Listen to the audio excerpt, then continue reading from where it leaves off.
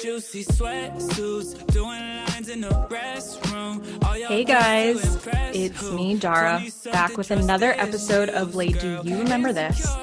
And I'm here with a very special guest. Her name is Molly McAleer. She is a writer and she is the founder of Solid Listen Podcast Network. But perhaps more importantly, she is the founder of Troy McKeedy, friend of the show.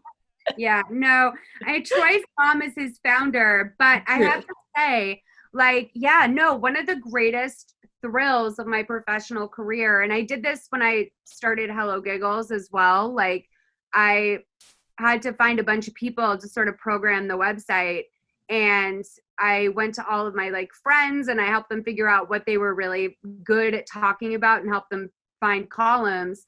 And without even really attempting to assemble a podcast network, I turned to Troy McKeedy and Liz Bentley, who is also a host of a show called Feathers in My Hair on the network. And she talks a lot about Teen Mom, but I met both of them through Snapchat. They were just people that started snapping me videos, like them responding to me, but also in video form. And the two of them, out of the random people you talk to Snapchat on when you have a small following, they were just people that immediately became oh, I have to talk about this, so I'm going to snap so-and-so.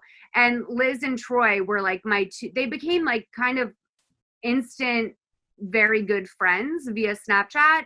And Troy in particular, I mean, it's difficult to distinguish because I don't want it to ever sound that I don't feel very similarly about both of them, but Troy felt like a mixture between my son and my twin and my soulmate. He really, that relationship that we share, that he shares with so many people, everyone feels like they've known Troy their whole life. And it's just kind of crazy that he was he didn't, people are always oh, you were a fan of his Snapchat. And I'm frankly, no, I didn't know him. He reached out to me and then I became a fan of him. But that's, it was a very chance encounter, and he didn't have a huge following when I quote unquote found him or discovered him. And, it's just such a pleasure. I have always thought oh, Molly, you're a creator. You're not that I'm the star of my own world, but I've always felt it was very important to get my voice and myself out there. And one of the greatest surprising joys of my career has been giving a platform to people I think are worthy, and helping them find the tools that they need to thrive and survive and continue on into this world. And he's just he's everything. I love Troy's the best, so I always feel I'm in good hands if someone knows Troy. I mean, I just think that Troy is a star, quite frankly. Star. Yes. Well, that's the thing is when you see that star power, how can you not be drawn to it? And first of all, I should say, also acknowledge that everything I say always sounds sarcastic just because of the cadence. But honestly, Troy and I are snapping away, and I'm why isn't this guy famous? And so he really is truly it's all on him. He's a star. He has that sort of A-list celebrity type energy where you have the lower tier celebs where you might meet them and you're this person sucks. But then you meet the A-list, the Tom Cruises, and you're wow, I feel like I'm the only person in the room when they're talking to me. And Troy, I was wow, I feel like I've known him my whole life. He is the best. And I have to be everyone probably feels that way when they converse with him in any capacity.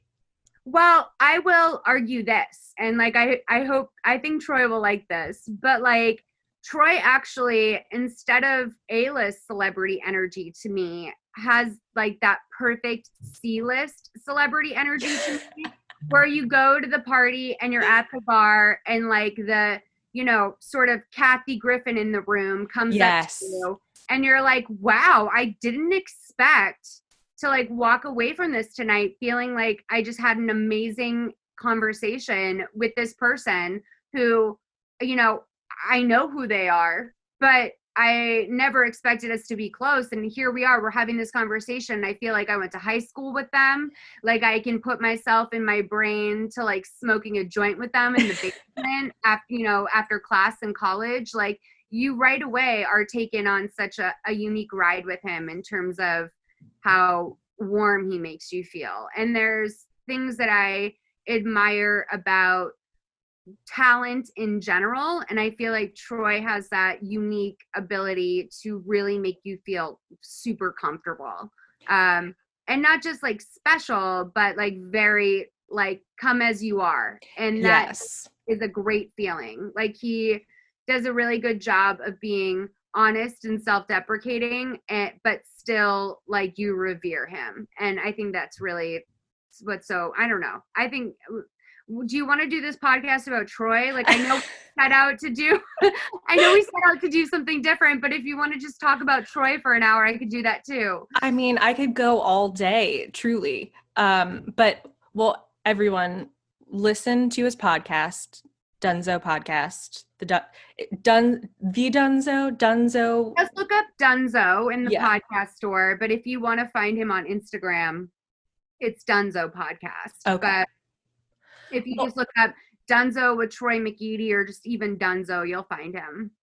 And I mean, this is a perfect segue because Troy and I, last season of my podcast, discussed Ashley Simpson. And today, Molly and I will be discussing the other sister, Miss Jessica. Miss Jessica, okay, obviously, speaking of Troy, we did the Ashley Simpson show as a breakdown. I think that's like only available on our Patreon now, where Troy also uploads bonus material. Not plugging my Patreon at the top of your podcast, but like also just letting you know. Troy and I did a breakdown of the Ashley Simpson show where we talked about each episode for like 90 minutes. And it's on patreon.com/solidlisten, or you can just go to solidlisten.com and find that stuff. But like, the Simpson family is something that I guess while it was all happening, I knew that Jessica would be famous for good, but I don't think we could have ever predicted the world that we would be in today, and that Jessica Simpson was still famous because she was part of the 2006 era where things were really popping off with Kitson, Lisa Klein, you're on Robertson Boulevard. She, I would say, spearheaded the city of Calabasas, like just really killed it. She really did. I mean, so I will say personally, if I look back on that time, I was definitely more of an Ashley girl. I think maybe just Ashley's music was more my speed than Jessica's. I love Autobiography. It's a classic album. And, I went from blonde to brunette when that album came out. So I totally bought the bait, hook, line, and sinker. Like I was in. Yeah. And I remember when I was rewatching Ashley's show to talk about it with Troy. And I mean, I watched both Newlyweds and Ashley's show when it was on. But then when I watched it back and I saw the episodes where Jessica would make a little cameo, and I thought, wow, like Jessica is the star. Like she does. Yeah, I mean, Jessica was on a rocket ship when the Ashley Simpson show came out, and like was really sort of winding down her marriage at that point. She also just has such a presence, though, that I think that Ashley was so much younger, but Jessica had honed such a movie star, A-list celebrity personality that, I mean, she just shined off the screen. I mean, I would feel like I was living in her shadow, Absolutely. I feel like that's a very literal, like autobiographical track. So, Yeah, I mean, Jessica is, she's secured a place in pop culture that is honestly very impressive considering that she was marketed as being stupid. Yes. Um, and that is like such a unique role she played, I think, because it was even at the time, it was like unflattering to be considered stupid. And that we lived so intensely in that culture, right? Right. Like the Paris Hiltons of the world and stuff like that, but still somehow Jessica was dubbed as the kind of dumb one. And I'm shocked it served her so well. But the number one thing that I think the average American girl took away from the Newlywed Show was how great Jessica could turn a look. And like her Oh, look was yes. so uniquely of that time, just like the stacked heel, the Louis Vuitton. I mean, she really blew that bag up. She made that bag iconic. Yeah, I feel like Jessica really doesn't get her due in the grand scheme in hindsight of the early 2000s of how much of I think, a trendsetter she was, even maybe more so than, Paris or Nicole Richie or whatever. Like Jessica was turning the Lukes. She was always turning Luke's. And also, she was a little bit of an antidote to like the Paris Hilton Mm-hmm. whole Richie thing because she worked hard. She worked really hard. And although she was crass in a very middle school way, she was never overtly sexual, which I would say tabloid Jessica was very different from that. Jessica in the tabloids was like this minx. Well, she was sexual napalm, of course. Sexual napalm. And I believe it, baby. Can we just say, not to like turn the tide here and like by the way, if I at any point take over you, just tell me to shut the fuck up because if I can do that accidentally when I'm on a podcast and I'm really passionate, I like go into host mode.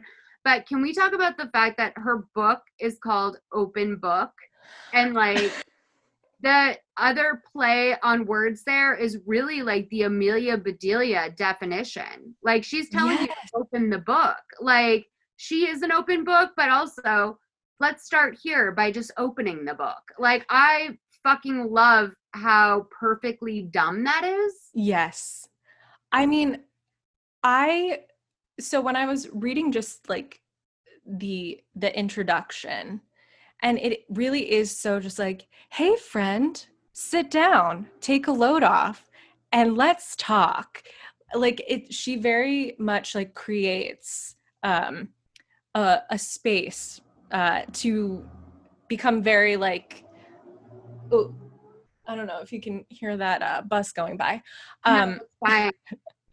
But I found myself completely enamored with her within the first couple pages, and the first couple pages of 650 pages. It was long. I mean, should we cop to the truth now? Yes, we should. We should Okay. come out with it. I didn't finish this book. I was versus about the first 24 hours and then I said I would come back to it and I did. But it took about a week. And then once she kind of sobered up, when she met her husband and like there's some stuff I read through all that. But like when she sobered up, I kind of was like, nah, I get it. Like this is where she starts having kids. I wasn't really sure what could be of interest except maybe if she outed her dad or if she like spoke about that scandal that happened when she posted her daughter in a bikini. But I was I told Zara, I was like, oh yeah, there's like 15 minutes left that I haven't finished. And then I just opened my Audible and there's an hour and 41 minutes left. And I'm unclear on what our billionaire princess has to say during that hour and 41 minutes, but I cannot believe that there's apparently so much that I didn't know.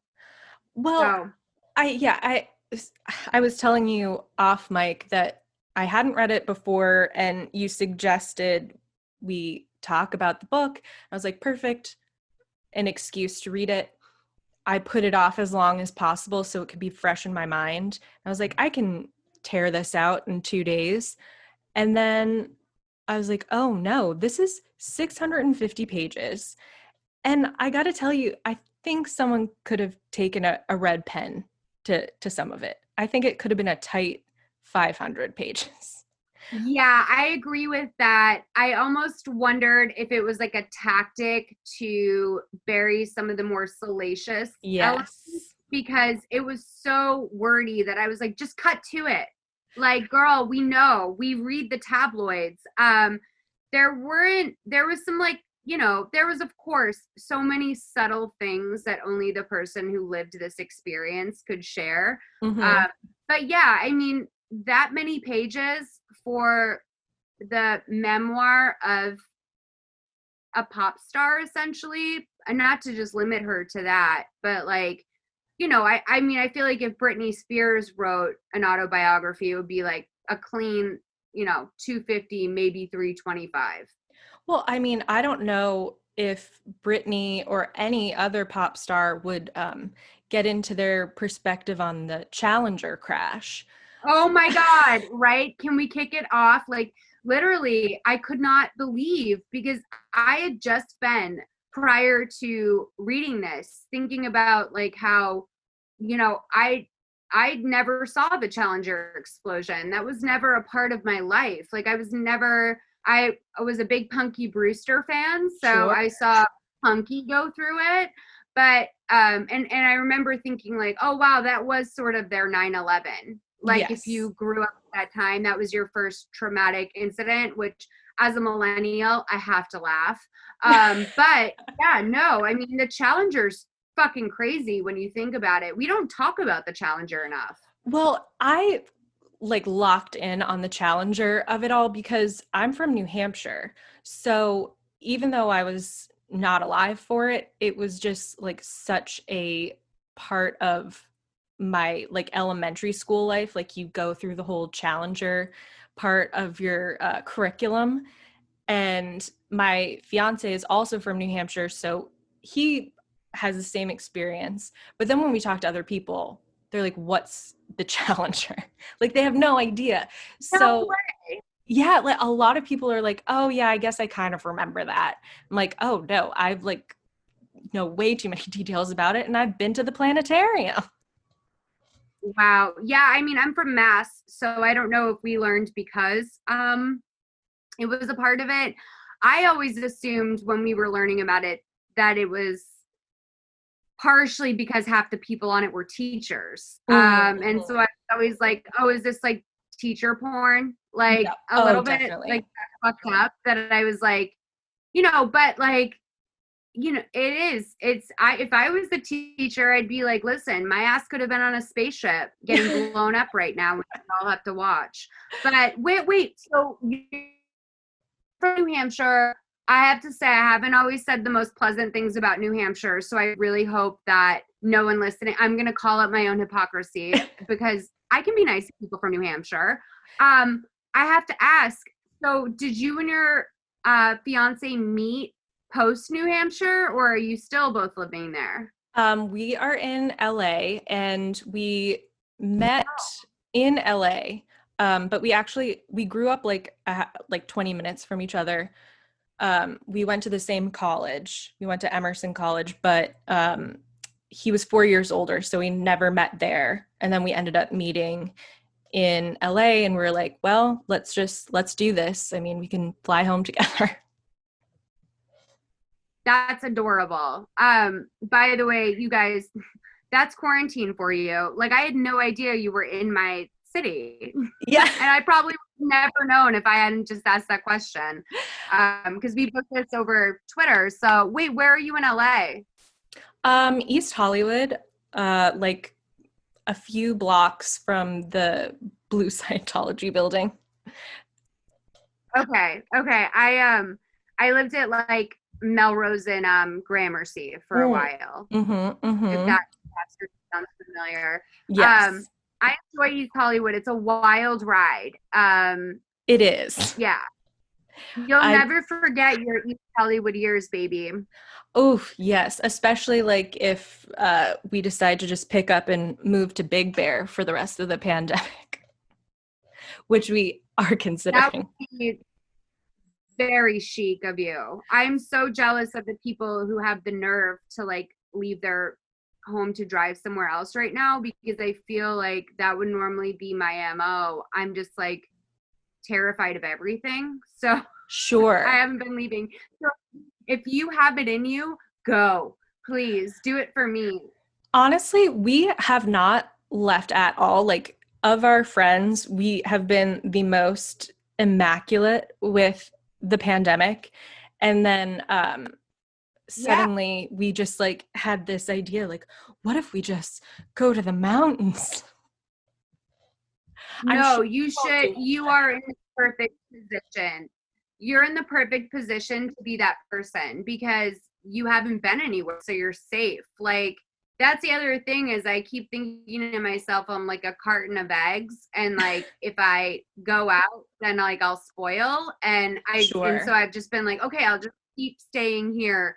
But I also adopted a cat, so I can't leave the cat. My dog is always good, but yeah, I adopted a fat cat at the beginning of quarantine, and I can't just leave Blue Bear here. So, no, certainly not. yeah, no, you guys should totally go. If you can, go.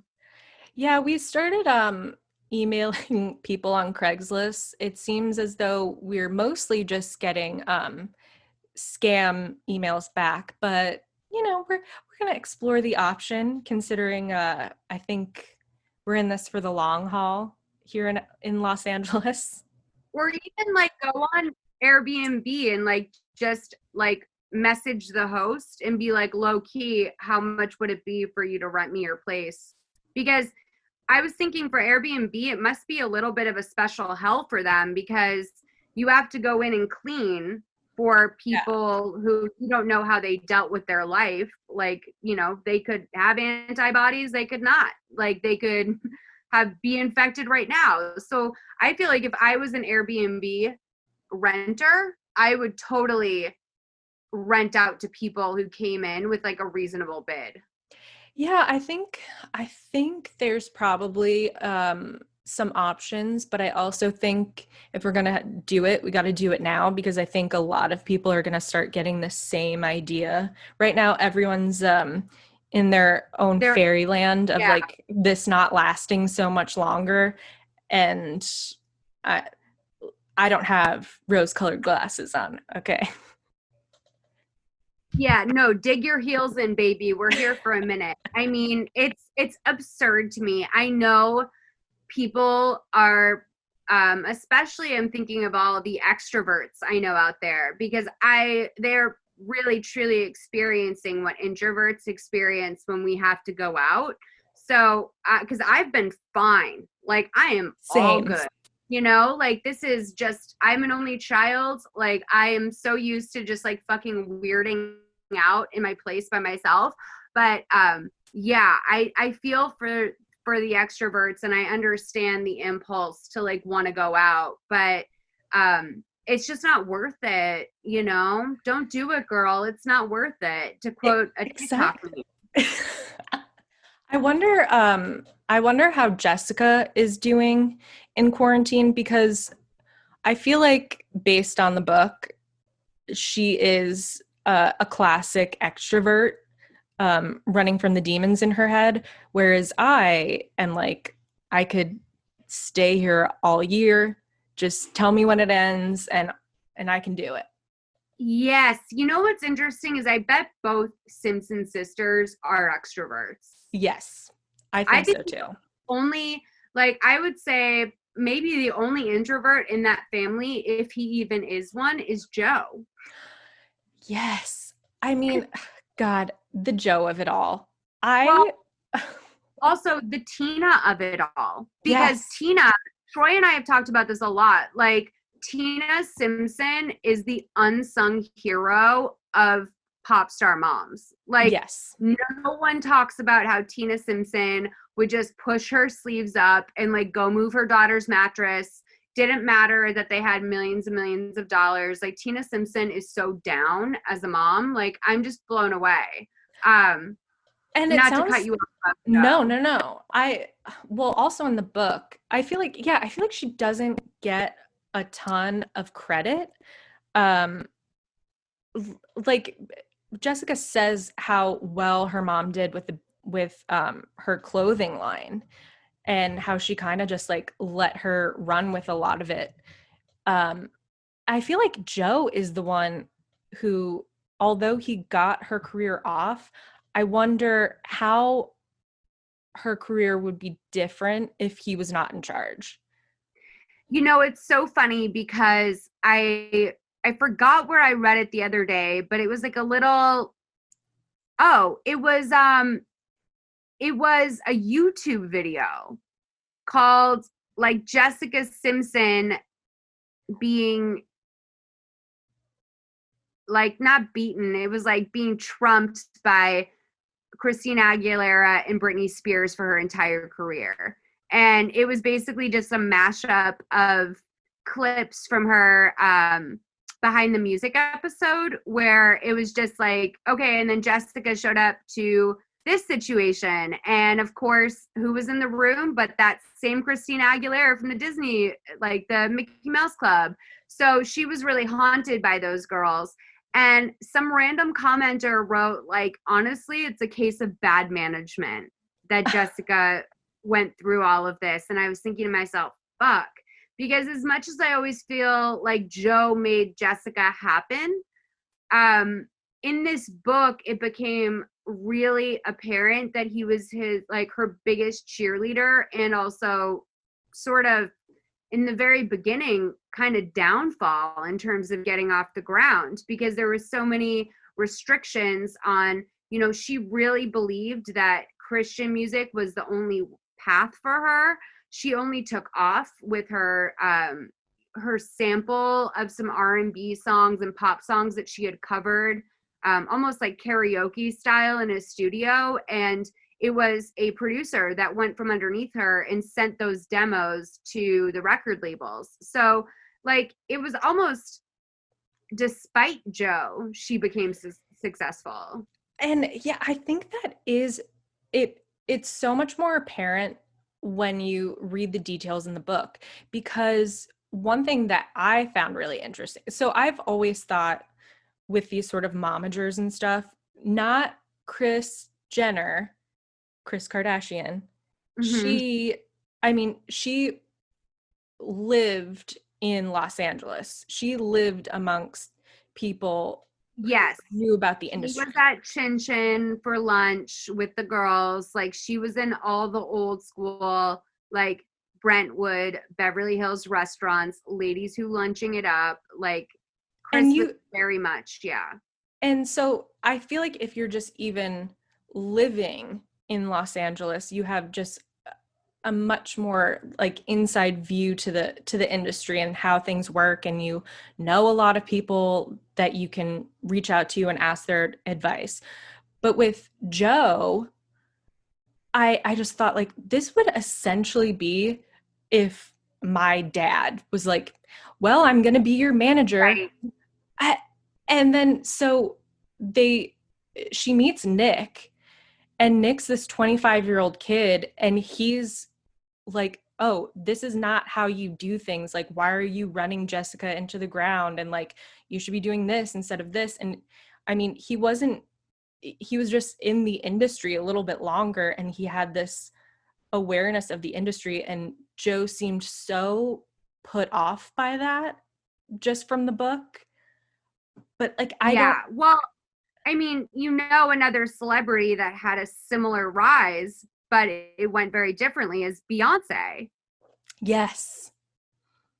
Like, Matthew Knowles, to his credit, I mean, he also was working with Beyonce, which really, you know, we're not going to sit here and compare Jessica Simpson and Beyonce. But like, it was a small town operation with Destiny's Child as well. And they also went through a lot of like, untraditional hoops. Like there was even that thing that went around not that long ago of Kris Jenner was doing, I guess, like a closed caption, like a, what do you call it? Basic cable, local TV sort of thing. Mm-hmm. And she had on the show, like, she's like, this is this group from Houston. They're called Destiny's Child. They're going to make it someday. And this was like, even like 7 years before they popped up on MTV. And like this like 13-year-old Beyonce is there with Kelly and whoever the two original girls were, like, rest in peace. I don't know who they are anymore. But like, they were doing sort of like untraditional routes. And we have to remember also, and not to give Joe credit, but this was before there was a standard in the industry for how, creators in small towns got off the ground. Like not everyone could move to Los Angeles.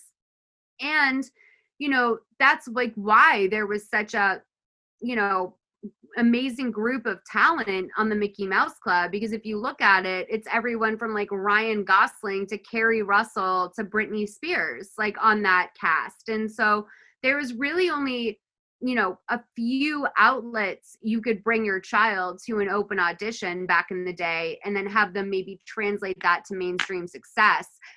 It's all like, pre-internet. And I have to say, it's like, it's nice that Joe got her started up. He definitely came with the advantage of being a pastor, which means that you have, built-in fans in a sense. But yeah, I mean, Joe was, this wasn't what he was groomed for. It is strange too, because I don't think it really got brought up in the book, but her dad did manage other people, like Ryan Cabrera was with them when they were very young.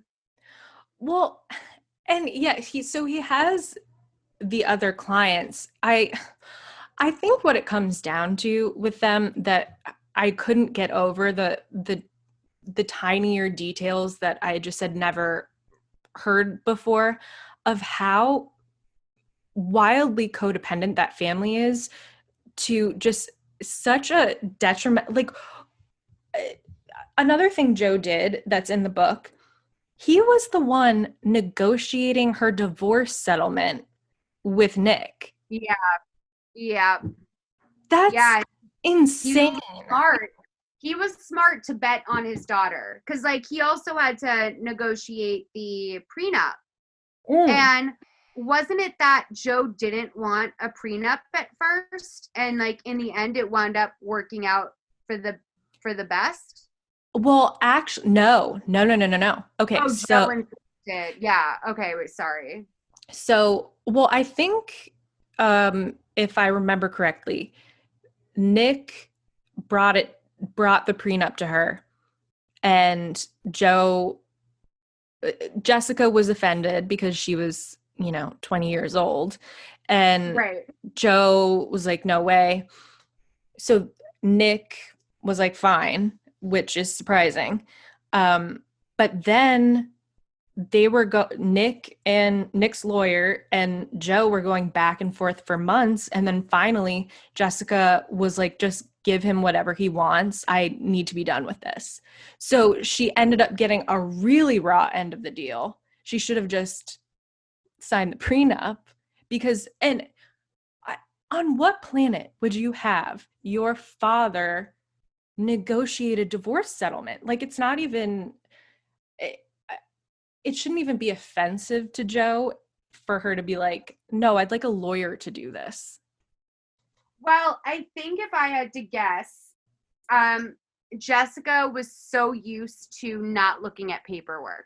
Mm-hmm. Like, I think that all of her deals were handled above her head, which some people would view as a downside. I feel like if I had someone I trusted negotiating for me, I would view it as an upside. That stuff is very upsetting. Sure. If I was a, multi-millionaire pop star and I didn't have to be bothered with sort of the clinical aspects of divorce, I would be like, yeah, you just handle that, I'll sign. Like, let me know when. Like, I'll even give you a stamp of my signature. I don't even want to be there. Like, I think that she was just so done. And you know, the whole journey of their marriage and courtship and all of that is absolutely fascinating. But when you said right off the bat, like just sort of how they're such a close, codependent, odd family, like I have to say that, you know, probably one of the biggest revelations in the book in terms of how the press was concerned was that Jessica was molested as a child by a family friend.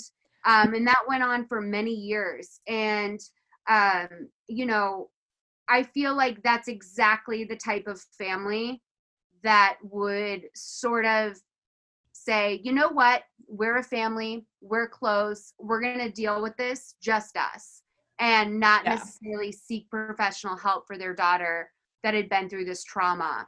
And that's something I always find very interesting, was like sort of how families handle that happening to their child. And it made total sense. Just like, I feel like there's a lot of secrets in that family, and that they protect each other, for better or worse. They protect each other in that very sort of like secrets keep us sick sort of way. Yes.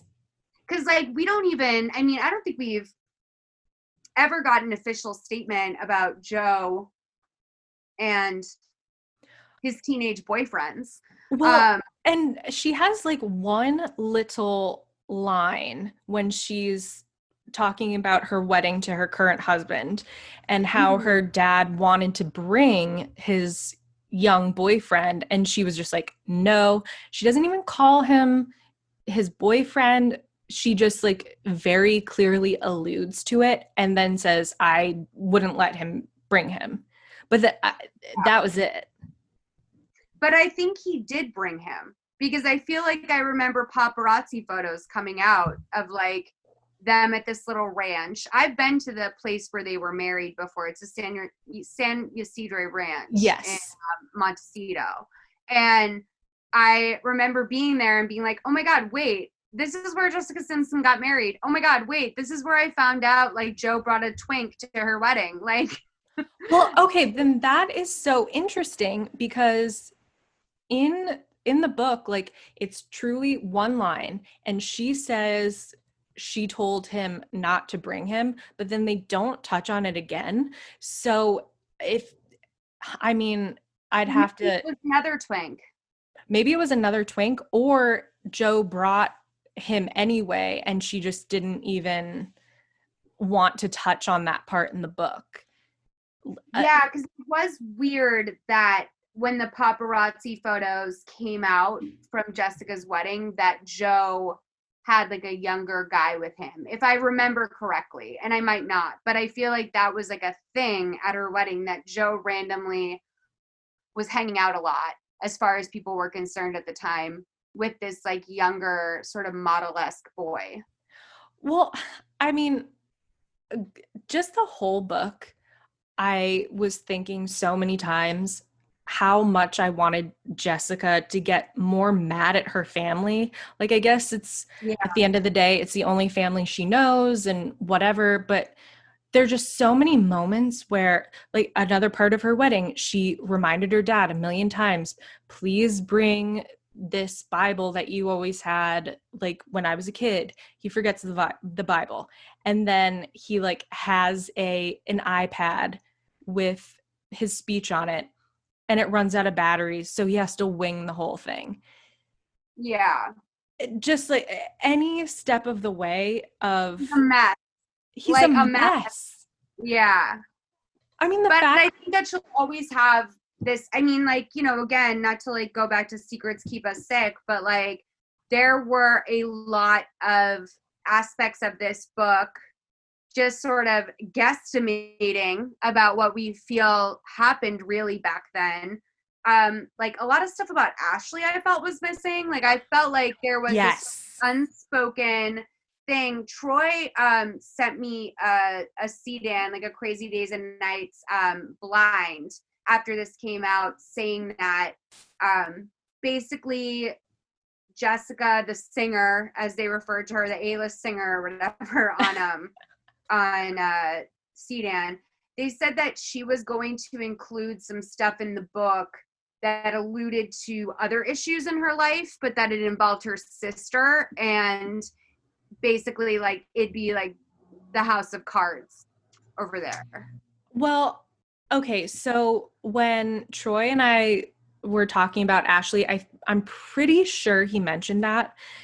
And when I was reading the book, I had that in mind, and I was like, wow, there really is such a missing Ashley of it all. Like she touches on her a little bit when they were kids and how like, they would sleep together and they were really close. And then she talks about the time she sees her in Chicago, in London, and they like rediscover each other. But the only other detail really about Ashley in there is how John Mayer stayed in like her family's sphere because of Ashley and Pete. And I think that's like something's there. Dog, like, can we talk? Like that, the John Mayer of it all, like blew my mind, because I would say if I had to assume that something happened, I would say it was probably something like that. But to see it written on the page was like just beyond a treat. I mean, I have always wondered about that relationship outside of the sexual napalm of it all, because we always heard like in the tabloids that he was responsible for her dyeing her hair, that that relationship was very up and down. But she really painted him, like she went in on him. And I think that was sort of in lieu of like going in on her family. Like she decided she was going to sacrifice John Mayer, because let's, say like if Jessica was for the first time in her life playing some 3D chess, she really let that happen. Like she was like, okay, he's going to write about me, then I'll tell all. And she did that a little bit about Tony Romo too, which I thought was great. Yeah, I was glad to like hear some Tony Romo, and he seemed like, well, okay, here I want to move back a little. This is a question I have for you, because this is what I asked myself at the beginning of the book and at the end of the book. Okay. Which was, would I be friends with Jessica Simpson? Like, if this person was somehow in my life. And in the beginning of the book, she's talking about these like amazing parties that her and her current husband throw, and like how she goes all out for her friends. And in the beginning, I was like, wow, she sounds so fun. And like, it seems like she has a house it's fun to be around. I'm sure they were all, some of them were disappointed when she got sober.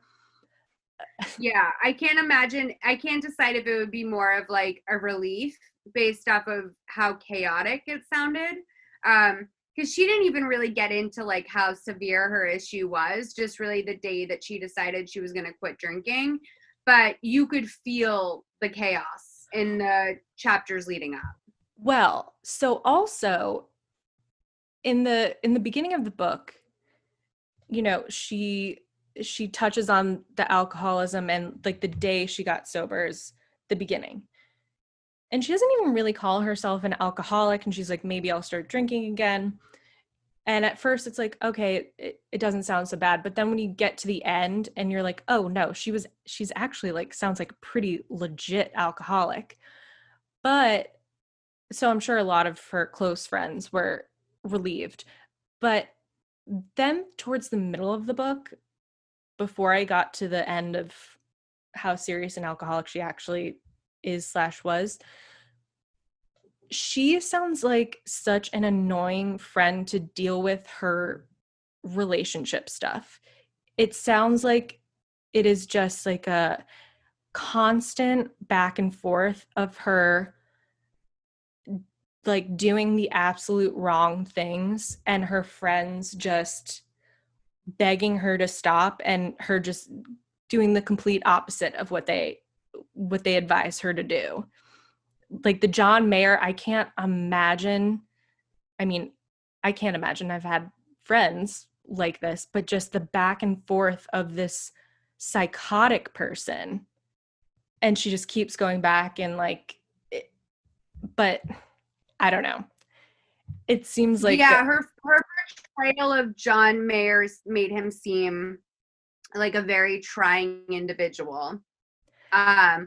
Without speaking to John Mayer, because he didn't write this book, but like her portrayal of him made him seem like it filled in a lot of blanks for people who were like, curious about John Mayer around that time.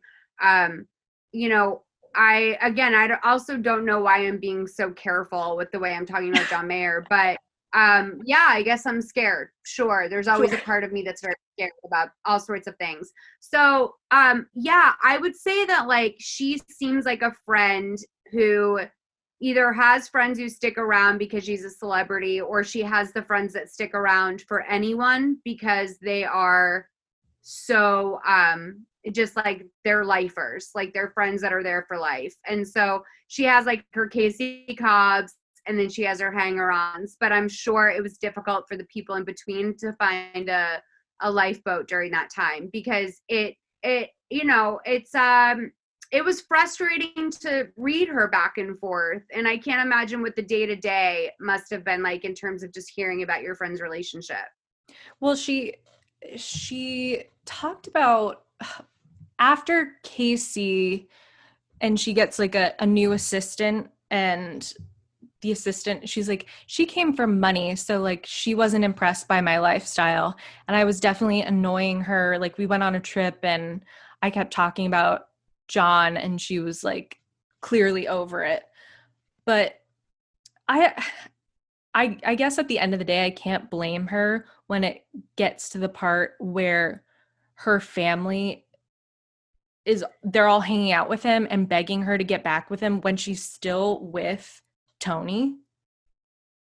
Okay. So yeah, like let's set this up. So like John and her had broken up, and around that time he was really like pestering her, but she got together with Tony Romo because she found out that he had a crush on her. Her family and his family managed to make it work so that they were both in a room together, and the two of them became this like darling couple, Tony and Jessica, right? Yes. And then she, early on into her relationship with Tony, established this very toxic situation where she was like, listen, if he ever texts me, I'm going to show you my phone so that you can hold me accountable and make sure I don't text him back.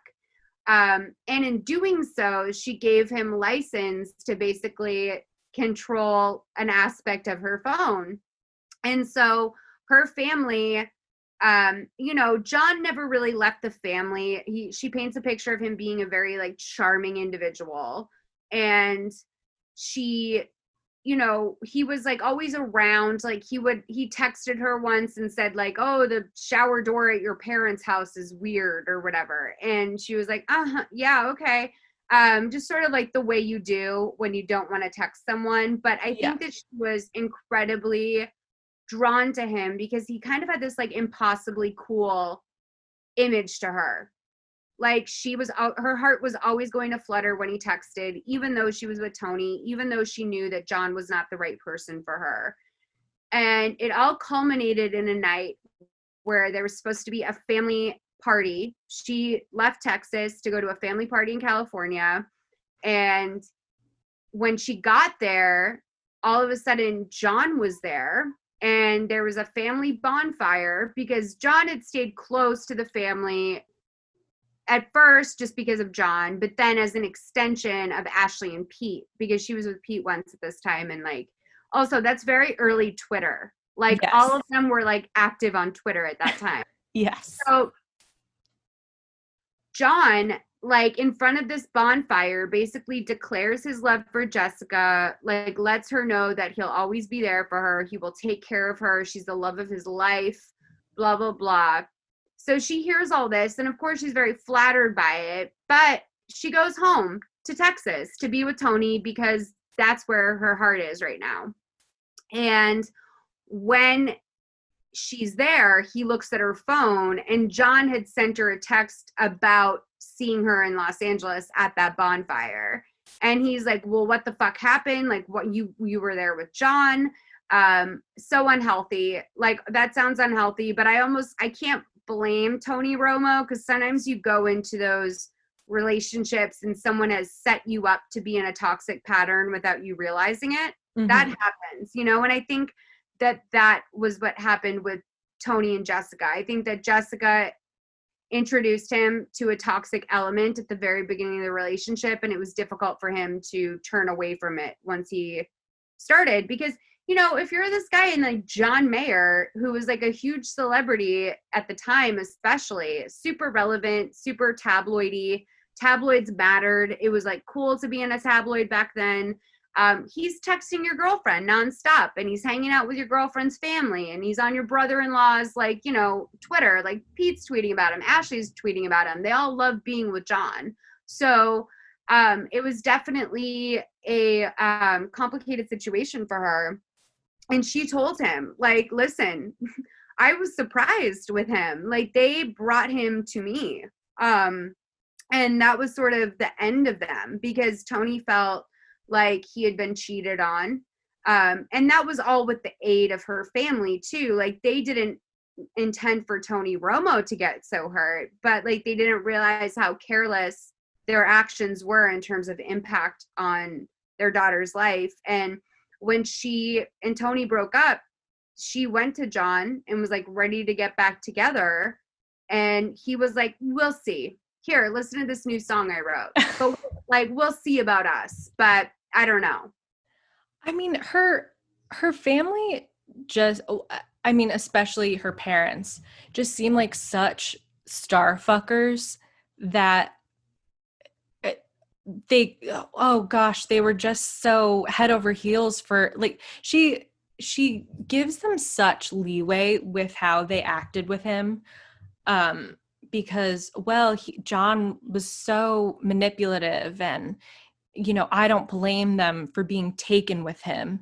And it's like, I don't know. I think they've been in the industry with you side by side for years at this point. Why are they still hanging out with him? Because he plays guitar around the bonfire and sings them songs. Like, there seems to be no accountability from her parents of, oh yeah, maybe we should have put up a boundary here when this guy who you're not with and you're with someone else, maybe we should, you know, not answer when he calls, or not beg you to be with him.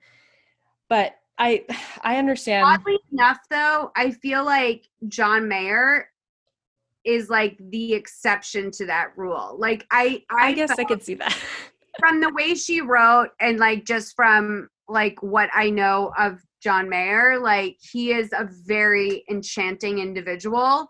Most people, even if they didn't like him when they were going into meeting him, all of a sudden they're huge John Mayer fans. Like, he is, you know, it's always interesting coming from Jessica, because you wonder what is her standard. But like, when she talks about sort of how witty he was and how engaging he was and how he was always trying to provoke thought from people, that is, I think, is very, you know, I'll just say I think that's very true of him. So I think that, like, yeah, she got caught in that web, and I think her family got caught in that web. And you have to remember that, like, John is, you know, comes off as this very educated, witty individual. It seems like he can float into a lot of different rooms and do well.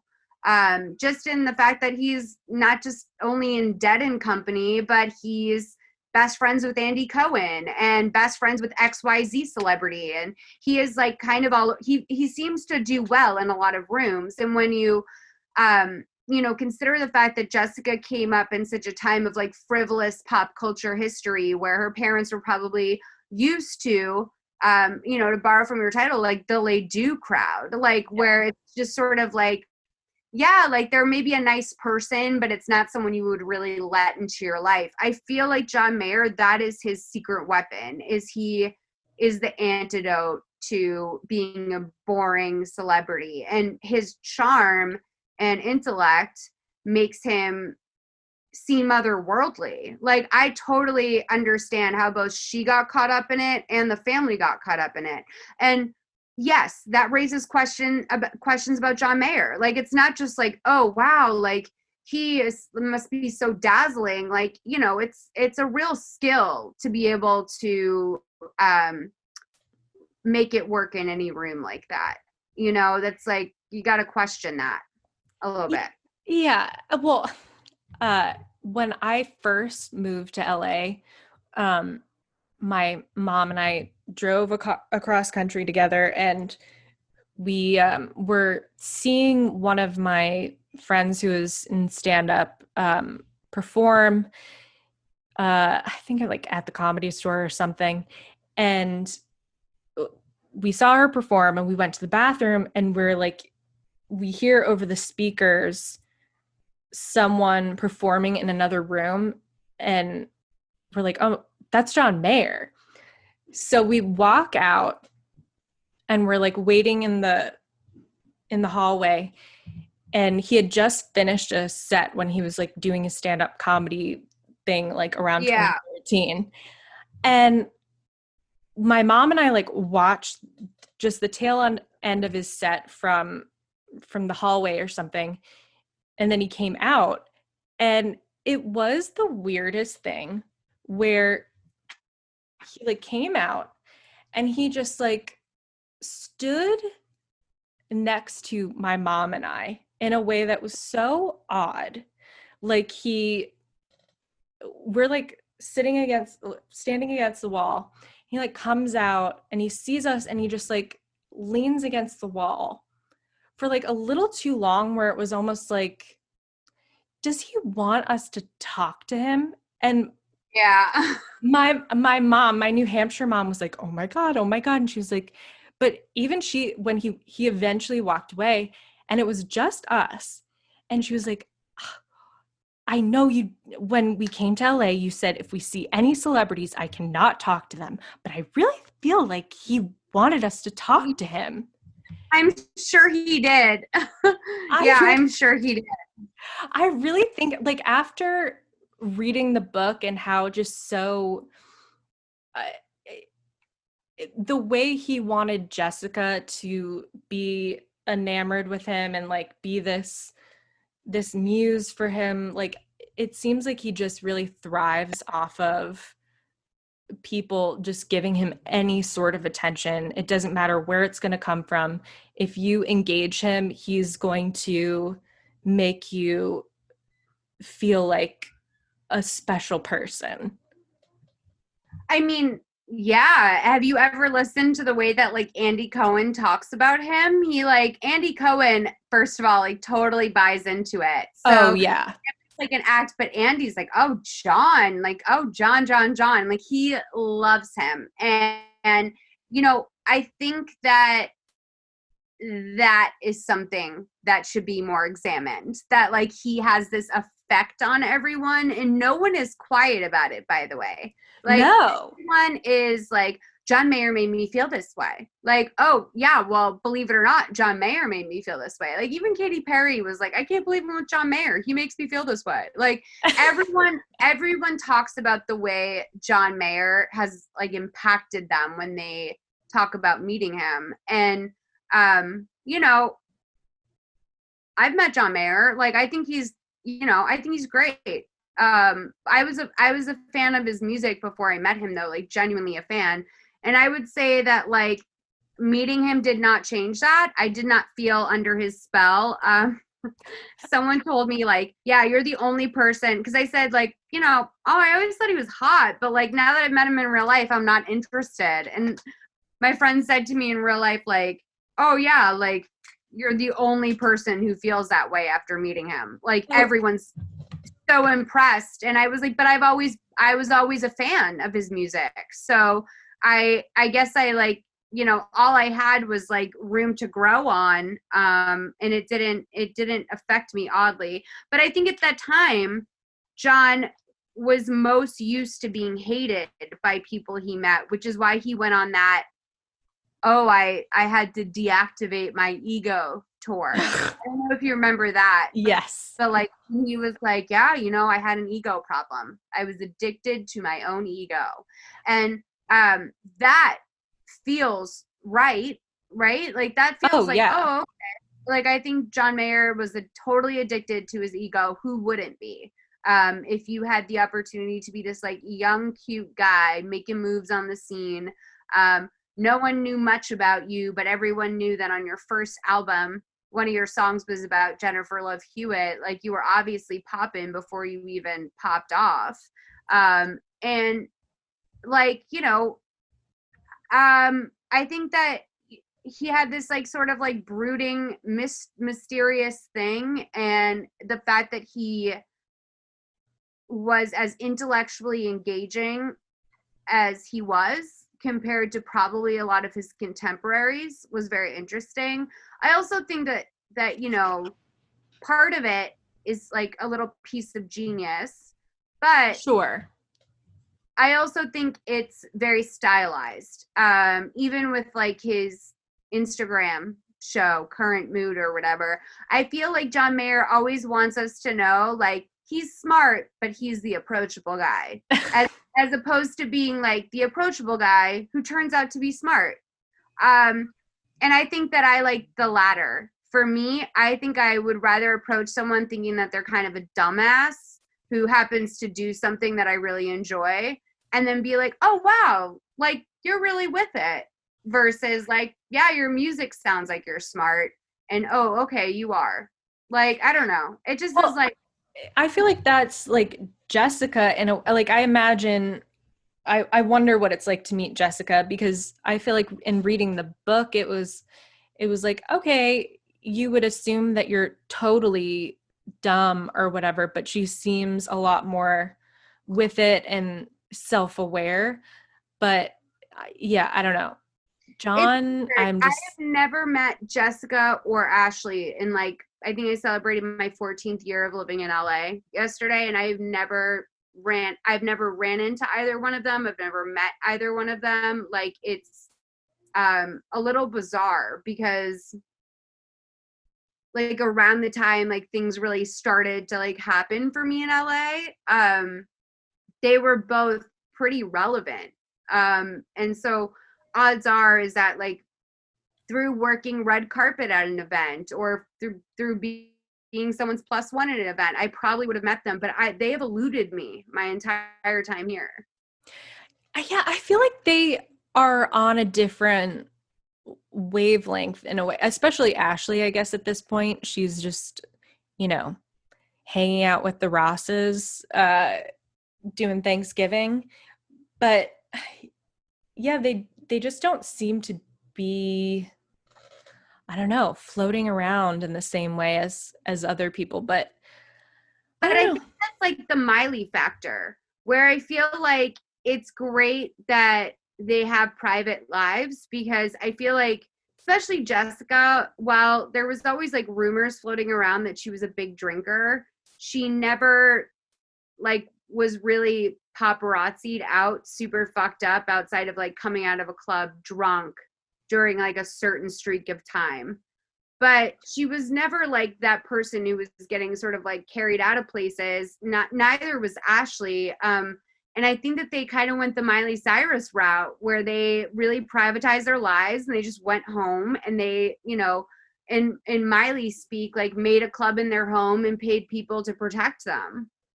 Yeah, I guess that is true, because Jessica talks about how her home was just a revolving door of her closest friends coming in and out, and they just had their parties to themselves, and she didn't go out. And listen, if you're gonna heavily drink, that's the way to do it, baby. There's no need to go to Les Deux. Well, that's what I'm always saying, right? Like, this was the time, the Les Deux time was like a time to see and be seen. But I always think that the most interesting stuff is going on in the suburbs. Like it's going on behind closed doors. Like the really weird shit you're going to see is behind closed doors. It's why so many like stories from inside the club at that time are fairly mild. And I think it was because people knew they were being watched. So they would, drink a few vodka sodas then and go have their night. But they wouldn't be like their really sloshed times would be at home. And also, the clubs close at an earlier time than New York City. So you go to the mansion in the hills, and that's when things get really crazy. Right. I mean, or up in Calabasas, like the best, I always love like how celebrities live. Like I'll never forget, or were you a Friday Night Lights person? Oh, yes. So Julie Taylor, when I first watched FNL, it was sort of like when Instagram was like really popping off, and Julie Taylor posted a photo of herself in her apartment, and it was like, well, I guess it was a house. It was like a Studio City rental home, and like they had one of those big sort of what do you call it? Like it was like a laid in sort of bookcase. It was like one of those sort of Spanish style built in situations. And she had nothing on it. Like there wasn't a photo, there wasn't anything. Like, and I loved it because it really was honest in a weird way. Like, I don't think she even knew how honest it was, where I was like, oh, you're really like, you're living here and you don't have one book on that. You don't have one family photo. Like, there's nothing on it. That thing is empty. And you've been living here. Because when I scroll back, I see you've been here. You haven't moved recently.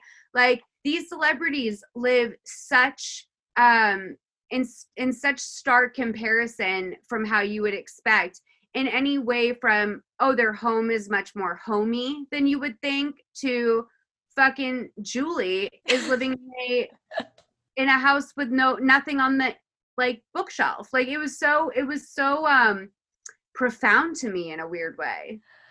Yeah, I mean, and I guess that's nice if you're not bothered to stuff in an old Sweet Valley High or something like in the back of your closet that you brought from whatever podunk town you came from. If there's not a single book or photo, don't put it up. No, don't manufacture it. It's vacant because they are vacant. Like they don't exactly. It's just like, yeah, I fucking I wake up, I drink my green juice, I read the script. If I have an audition to drive to that day, I do. I drop off my laundry. I maybe go to a workout class, go home, maybe read another script. And if things get crazy, my roommate and I will drive to Menchie's and get a frozen yogurt. Like, and then they go to bed sober and they wake up. And like, so that happens a lot. But then I think that even outside of the hills, there are a lot of celebrities that live in just sort of like, like Toluca Lake, like Studio City, Sherman Oaks, and they probably have a pretty rockin' life if they want, or they live a very, just sort of empty bookshelf kind of life. And I would far prefer the type of celebrity who would just be open about their complete vacancy than, stuffing up a bookshelf with Hunter S. Thompson and like, I've got the Jack Kerouac's stacked here that's never been cracked open. Sure, I'd much more respect that than manufacturing some sort of depth in their life. But don't you feel it's like at the same time why it's so good that celebrity, like sort of paparazzi news cycle has died down? Because I feel, especially reading a book like this, it's so maddening to know that celebrities are out getting shit-faced at their home every night and we're never going to know anything about it. Like they are much more private citizens than we give them credit for. I think a lot of times we're like, oh no, leave them alone, okay? Like they're just trying to live their life. Like, bitch, they do live their life. Like they live their life most hours of the day, and it's behind closed doors, and we don't know who these people are. We don't know anything about them. Jessica Simpson is, you know, down at her house 8 years ago, getting shit-faced with her friends, talking about a dream in which, like, what was the dream about? Like a pig shat on her? Yes, when she first meets her husband, she says that she had a dream last night about she shit out a pig. Right. And so she was looking up in a dream dictionary when she was drunk, like what that could possibly mean. And he walks in and, you know, we expect the potty humor from our girl. And Of she course. like, fully tells this random NFL player that happened to stop by her house that night, like, these people have lives, yo, and we don't know anything about it. Like, come on, where were the cameras then? And also the night she got sober, the Halloween of, what was it, 2017, where she's dressed up as Willie Nelson. Yeah. And then all the guests come and her husband's like, okay, well, it's time to go trick-or-treating. And she's like, I totally forgot about it. We had rented 20 golf carts to go around the neighborhood trick-or-treating. And I told him I can't do it. I'm like, wow, to forget that 20 golf carts had been rented to go trick-or-treating and to just be like, well, you guys go without me. I mean, that's a life that we know nothing about. Yeah, it was that whole passage was so sad. Because like she and Eric decided to go as Willie Nelson, and who did he dress as? Did he dress as Dolly Parton? Like, why do I feel like there was a gender swap? No, he dressed as another guy. There was some like picture in her recording studio of Willie Nelson and another country star. And her husband dressed up. It was two guys, but I can't remember who it was. Yeah, so she like woke up to get her makeup done very early and was drinking vodka sodas at like 10 a.m. and everyone around her could tell that she was just like on one. She was on one. Oh, and yeah. Then like okay, Jessica Simpson dressed in like full realistic, photorealistic Willie Nelson garb, went and like passed out drunk in her bed, awoke to take the one photo with her kids, and then couldn't go trick-or-treating. And I think like it's such a special image she's provided us with of like her passed out in her Cal King bed with like probably crazy expensive linens on it and just dressed fully as Willie Nelson. Like one of the most kind of amazing parts of that was what wasn't written, which is like when that makeup came off. Well, she does say, so she says that she goes upstairs, she tries to pull off the beard and it's not coming off. And she's like, oh, fuck it. And then she's crying, and her housekeeper, who of course is like a second mother to her, like everyone on the payroll is a second parent to her. Which, by the way, I will cop to saying that my cleaning lady is like family to me. And like I say that and I know how cringe it is. And I think I have a pass because my mom was a cleaning lady. But Sure. no, it's like totally something that only people who pay people say. But yeah, anyway, so our cleaning lady, who's a mom to her, found her, and she found her crying, and Jessica kind of like abandons the thread that this entire time she still is in full Willie Nelson makeup. Like she drops like the little hint like, oh yeah, I couldn't get it off. But then her cleaning lady comes in and she cries in her arms, and then she passes out. And I just wonder, you know, I'm sure that cleaning lady is being paid enough. I'm sure she is. But like, oh yeah, how do you get through Halloween night with your pop star employer dressed up in full Willie Nelson garb, crying in your arms, completely hammered since 7:30 in the morning. Well, like, also, what's amazing is she's like, I woke up the next day and I knew I needed to make a change. I'm not reading. I'm just like, I'm improvising. She's like, I told Eric I needed to get sober and he agreed and he was going to do it with me. And it's like, well, yeah, like if I came home to my fucking husband, or I mean, I guess wife, like passed out as Willie Nelson on the bed, and then slept next to her all night as she probably like drunk snored into oblivion. Like, I would say that it would probably be an easy choice to decide to get sober with her the next day. Like, there's also like a real missing thread with him in the same way that there is with Ashley. Like, she talks more about him, but there's also a whole part in the small passage in the book of her 35th birthday where she like flies all of her 35th birthday, flies all of her girlfriends there, flies her parents to some vacation location, and she's supposed to get a tummy tuck like 2 weeks later, and the doctor calls her on the trip and is like, your liver numbers are so insane, you have to stop drinking, and I'm not signing off on you doing this surgery.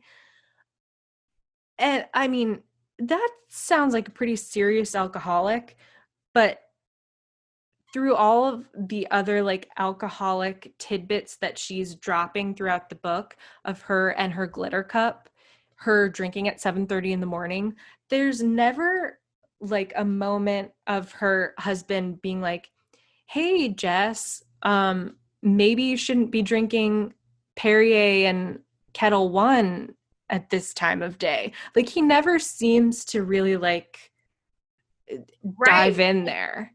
It sounds like he got with her sort of at the peak of her wealth and also the peak of her drinking. Because the first few years they were together, he totally stood by that. And historically, the last few years of you drinking are the worst. It's what leads to the end. So, you know, I think, I don't know. I forget now because it's been a month or two, and I apologize for, it's probably been more than that. I forget how long ago we started quarantine, but it's been a couple months since I've read it. And I feel like I remembered her sort of assuring people in some way that seemed credible that Eric had his own money. Yes. She said there's a little anecdote where she mentions that he bought her engagement ring and her mother told her that he bought it, and she thought, oh wow, I just assumed he didn't have any money, but apparently he saved all of his NFL money. But also his parents are like, he went to Yale. His parents sounded like they were like Needham, Massachusetts money, which is a very rich town in Massachusetts. And I think there's some sort of like, I don't know if they were doctors or they were intellectuals. Needham is not that. I'm from Lexington, which, if like we're talking like perception of wealth, like my mom was a cleaning lady and we lived in Lexington. Mm-hmm. But like it's wealthy. It's like an affluent town, but it's not you know, like Winchester or something. Right. Like, oh, you're fucking loaded for sure. But it did sound like, yeah, I guess there's that. Sorry to go off on that weird tangent, but like my mom and my stepdad at the time, they're divorced now, lived in Needham, and it was livable. It's just like upper middle class, I would say. I guess it sounded like he came from maybe more upper middle class. Like they were intellectuals. See, like that's the New England wealth that that you and I know is like that is something that, you know, when you come from New England, you go to school. Like that's your thing. And so you are coming in at sort of a different pace in life, I think, in some ways, than if you are Jessica Simpson, who was raised in the Methodist church and then went on to be a pop star. Like those are not learned people. The Simpsons are not learned. And so like, I think for Jessica, in anyone who's outpacing her educationally speaking, she's going to build up. So it does sound like he had a nest egg, right? Yeah, she said that throughout the time that he was in the NFL, it turned out, quote unquote, that he had saved that money, which, I mean, I don't really know anything about football or like where he, like, I don't know. I guess anyone in the NFL has last name again, because I can figure that out for you. If he banked even like 4 million of his time in the NFL, he could live off of that for the rest of his life comfortably, like without being married to Jessica Simpson. So she must have felt like he brought enough to the table. I mean, that is the issue. Everyone was like, oh, he's an out of work NFL player. Like he's broke. But like, if you have anyone who cares about you in your life and has had exposure to money before the NFL, you're going to save your money. Right. And he, you know, he came from parents who were educated and seemed pretty with it. So I'm sure that they took care of him and made sure that that was not only saved, but invested. But it was such an interesting little drop from her to be like, oh yeah, my mom helped him pick out the engagement ring and she made sure to tell me that he paid for it. I was like, oh, you had no idea what his financial standing was before that point, but I guess they were only together for like 6 months before that happened. Okay, so wait a minute. So Eric Johnson signed a 7-year, $42 million contract. Oh my God. With the Colorado Avalanche, including a $42 million guaranteed and annual average salary of $6 million in 2019 to 2020. Is this a different Eric Johnson? Could it be? I mean, my God, that does seem like a crazy amount of money. Let me make sure. Okay. Do you know what? Okay, Eric Johnson career. I'm looking on the NFL website now. Eric Johnson. Yeah, Eric. So I spotted a move mistake in this part. Maxwell Johnson. Eric Maxwell Johnson. Yeah. From Needham, Massachusetts. Okay, salary earnings. Let's see. This will have.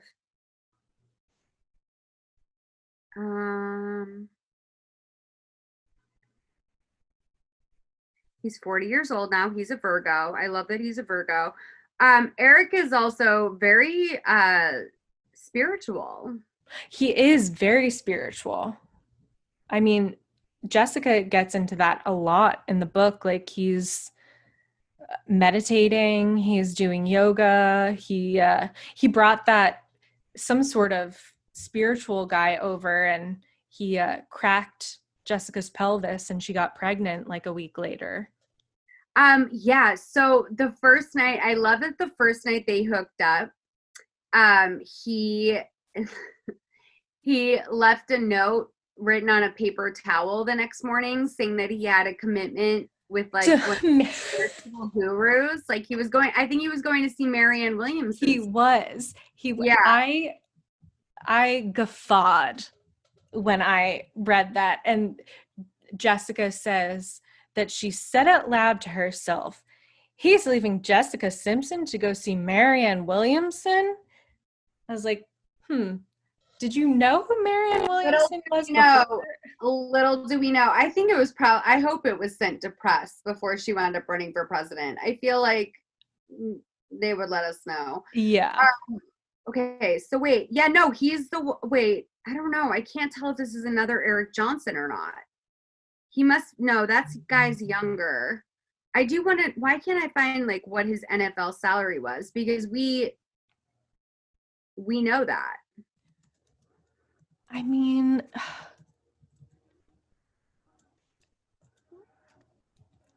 Eric Johnson is such a nothing name.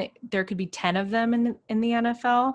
Well, he's the 49ers, so he played for the 49ers. We're such losers. This is totally how I would be spending my night, even if this wasn't on a podcast. It would just be like about something else. NFL salary, 49ers. Okay, I don't know if the Mercury News is a real trustworthy news source, but a 2007 article comes up where it says that he got $2 million for a starting job free agent tight end going from the 49ers to the New Orleans Saints. I mean, listen, if you invest well and we just Sure. NFL salary, and we also add on that there was probably bonuses, event fees, like all of the different random things you do. If you invest that well, you can live comfortably, especially if you don't. I mean, Eric didn't have any properties or anything. I feel like it was all just sort of living off interest sort of lifestyle for him. Yeah. Which, you know, is definitely a different speed than Tony Romo, who I loved that he had like waterlogged checks for $350,000 that he used as bookmarks in his bathroom. Like, that is iconic. Guy who was given too much money, like doesn't know what to do with it, like literally is just playing football because he enjoys it, doesn't think about what comes and what goes, probably orders wings every night. Like, this man Tony Romo was doing quite well for himself. So yeah. I do like that she wound up with the football player. And I think it's okay. As much as people gave her shit that he wasn't like a working NFL player anymore, I think it's okay.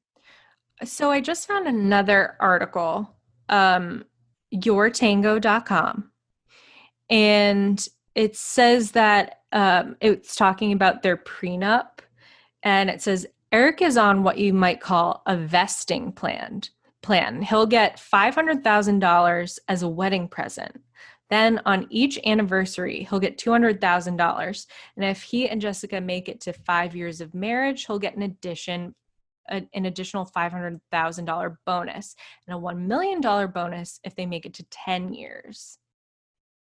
Yeah, I mean, that seems like a great, I mean, if anything, she lowballs them. Oh, yeah. I mean, for what $1 million bucks? Yeah.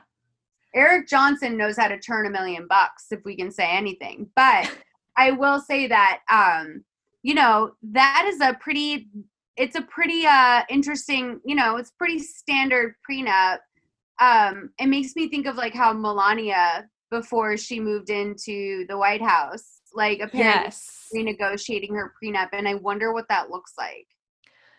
God, I mean, I hope she got something good out of that, because I can't imagine that it's worth it. You know, her ass is like $20 million for the first term. If there is a second term, I want $40 million. Like, she is, you know, she fucking is stunting on that hoe over there, like, for sure. But yeah, I think that that's like a really modest and fair prenup if they work out. And I think that Eric really does genuinely love her. It's hard to say based off of like the little that we know, especially considering that I didn't finish the last hour, 42 minutes of this book. But, you know, it seems like they have a really decent partnership and a really sweet partnership.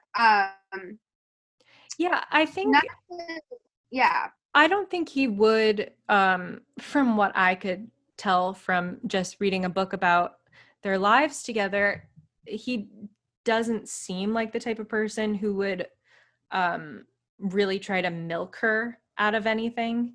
It's just a very modest, reasonable prenup.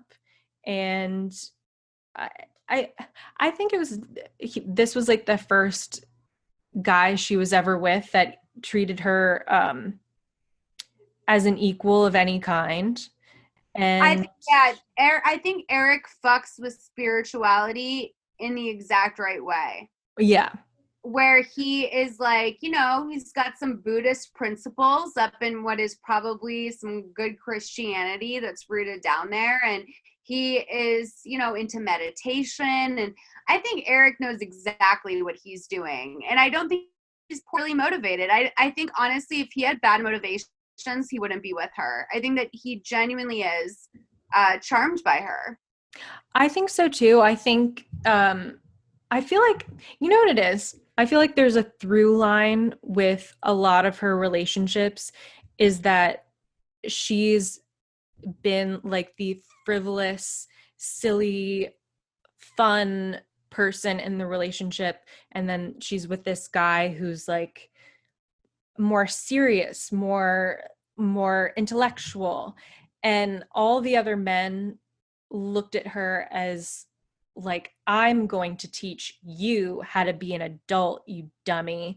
Or like, I like your positivity, but only up into a point.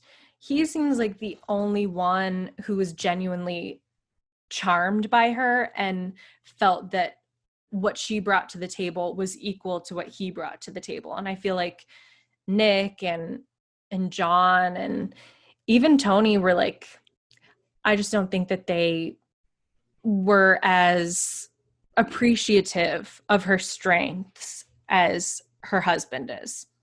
Yeah, I mean, well, in one way or another, like, those guys all have a common thread. Mm-hmm. And it seems like it's just sort of like universally like unsoothed white male. Yes. Because like, John has his issues that are separate from Nick's, that are separate from Tony's, but they all, well, Tony especially like has youth on his side where he's just like, young and inexperienced. I would say the way that she portrayed both Nick and John was much more sort of sinister. Yes. And that is also, also the part that we always have to consider is that these are all from Jessica's side. And, maybe her family does have some weird shit going on over there. Like, maybe she's got some weird shit going on that we haven't heard about yet. I will say outside of sort of her being very empowered while she was super famous and also the fact that she was a big drinker, I've never really heard anything insanely negative about her in terms of a blind item or anything. So I am inclined to believe her in that sense.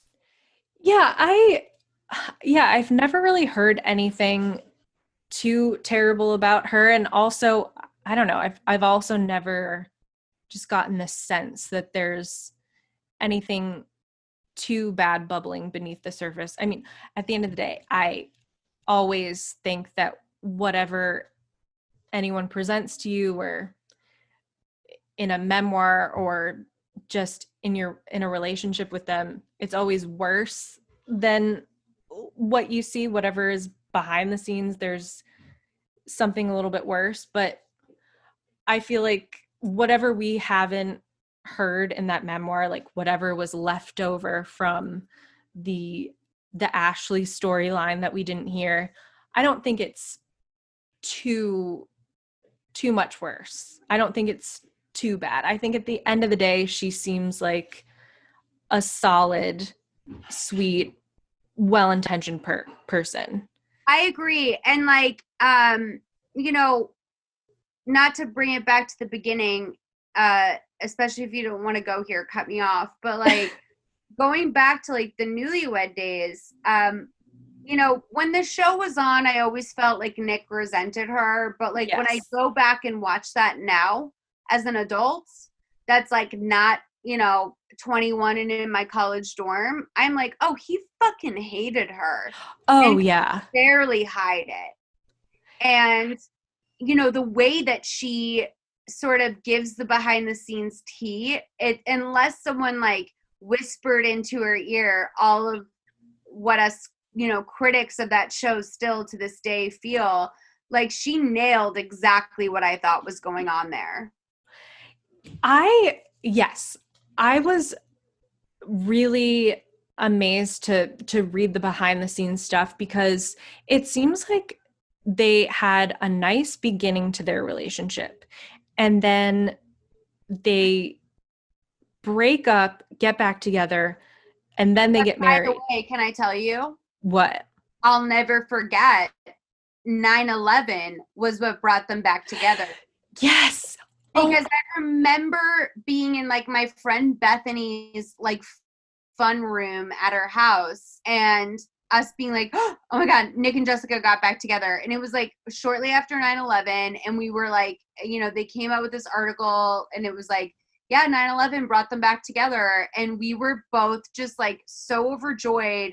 And my teenage self, like, I guess I was a senior in high school. I remember looking at my friend being like, oh my God, like I always wondered who would be like the celebrity affected by 9/11 that wasn't a part of 9/11. And I was so glad it was them. Well, I mean, between 9/11 and the Challenger, Jessica is very affected by small scale national events. She is our national disaster queen. National disaster should be the name of her next book. I love that, actually. I was really taken by the fact that both of these like small but tragic, not small, but tragic events that really did not affect her at all affected her so much. Yeah, totally. And another thing that I don't think people pay enough attention to in terms of her career was the incredible work she did with our soldiers. Oh, yeah. She was the USO queen. What is it called? USO? Yes, USO tours. Yeah. Oh, yeah. It was such a big part of the book. I couldn't believe how many USO stories of different iterations of her life there were. She went by herself. On and on. It went on and on, that part of the book. I thought we would never leave the war zone, honey, the way that part of the book just went on and on. I was like, God. But, respect. She did really, I will say, I did notice at a certain point, I was like, well, Jessica, I mean, I don't know that we have to keep hammering the charity work that you've done. But, I also clocked that when she first met her husband and invited him over, she showed him all of her documentary that she filmed with Ken Paves, like it was like a documentary series. Yeah. Oh, the Price of Beauty? Yes. Mm-hmm. And she was like, oh yeah, our first night I had him watch the entire thing because I wanted him to know me. And I'm like, I don't know if I would have myself played it that way. Like, hey, would you like to watch an entire documentary series that she probably had seen a million times at that point? But he liked it. So well, that's famous people for you. Yeah. Like, that is honestly an unfortunate thread throughout famous people culture, is there's a certain breed that really want you to watch their work. Mm-hmm. And can we talk? Like, I feel like Ken Paves and her must have some out of like court settlement, because she did not touch on sort of their iconic friendship that took place on the show, but also their demise. Yeah, I was waiting for that, and it never came. Because she made those extensions with him. Yes. And I wonder if that was like a legal issue that happened, because Jessica was so well known for, just like basically her huge impression she left on the beauty industry. I mean, she was really just that bitch at the time. And she and Ken, started this business that was basically promising to give girls all around America the curls and volume that Jessica had. And it was like a big rollout for her. It's similar to, I would say, Dessert in some ways, but it was supposed to be featured on the show. Dessert. Come on. Can we? Oh my God. I remember going to Claire's, buying my Dessert like whipped cream body lotion, and like as a 13-year-old being like, well, I wonder who will lick this off of me, having like never been in the same room with a boy before. But just like, wow, the promise that this flavored body lotion, I could find my Nick Lachey. I respect you because she really sold it to us like that. And do you remember that they wedged it in between the episodes where she was dealing with a potential pregnancy? Yes. So they were just really hoping, because they had it all lined up back then, because it was different. Like, it had to be that the week that Jessica's episode where she shot the Dessert campaign, that exact campaign was in 17. It was in Cosmo. Like, I have to say that the print media / like tabloid relations / TV business of yesteryear had it so in sync. Like, they just knew. They were like, okay, the week of April 17th, Jessica's Dessert shit is launching, so we're placing an ad, and that's also going to be the week we talk about it in the show. So maybe they'll write an article about her thinking she was pregnant. Like, it was lit. It really, I found myself surprised that she never even mentioned it in the book. Not that she would, but I don't know, the whole time period of her being on Newlyweds did not feel like the juggernaut that it really was, like the way it was presented in the book. No, like not at all. It really didn't feel that way. So I looked up the extension line. It's called Hairdo by Jessica Simpson and Ken Paves. They were on Overstock not that long ago. I just found a website called the Wig Emporium where apparently they're on sale for $42. So I'm going to link you to that in case you want to include it. Please. In your notes of any kind or whatever. But yeah, I had to type Ken's full name, like every letter of his name, to find this in Google. And that they paid for that to come up. Like, they've paid to bury it. Yeah. I mean, I remember it being such a ubiquitous thing, like the ads for those extensions in my Cosmo Girl. Like, I remember exactly what they looked like. It's like E! News was all up in there watching Ken like clip some shit to Jessica's head. Like, it was very all encompassing at the time. It really was. And then all of a sudden it was gone. And there must be such a story there that she goes so hard on Nick and John, and then Ken is still mentioned. And we all know that there was some falling out, but there's just not even like an inkling of what that tension could have been. I want to believe. I think that like I like mentally deleted that part until we spoke about it again just now.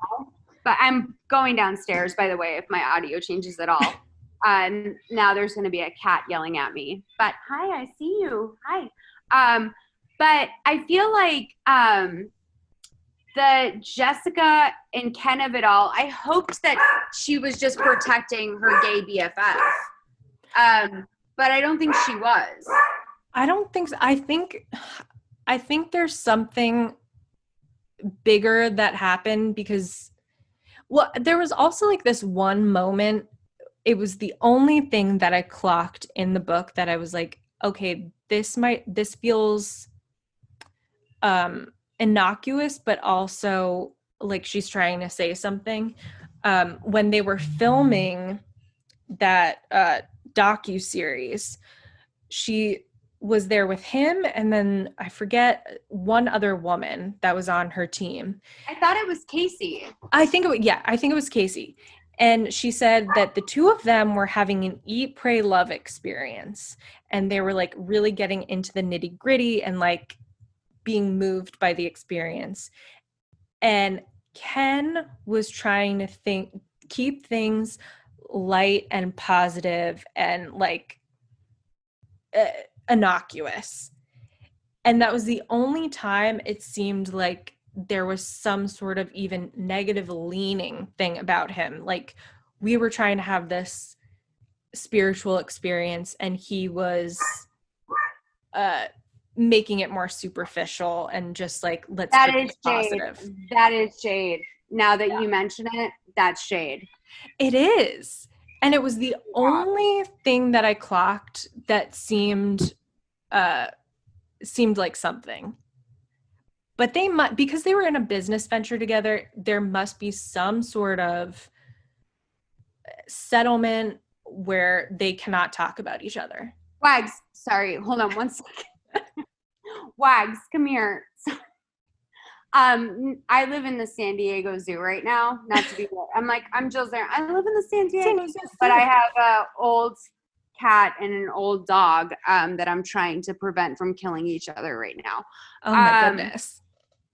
But yeah, like, I mean, that makes total sense now that you say it. I didn't even pick up on how that was probably a subtle shade, but it totally is.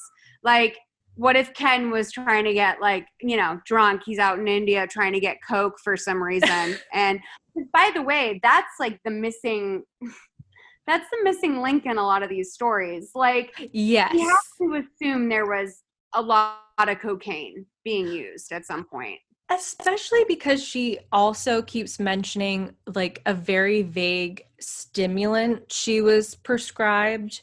Like she never just like comes out and says it's Adderall or whatever. Like she's like, I was prescribed a stimulant. And it's like, okay, well, if you were doing uppers all day and Ambien all night to the point where your doctor, who was just like a candy man, eventually said, I can't give you both, then I'm guessing like there was some coke in the mix as well.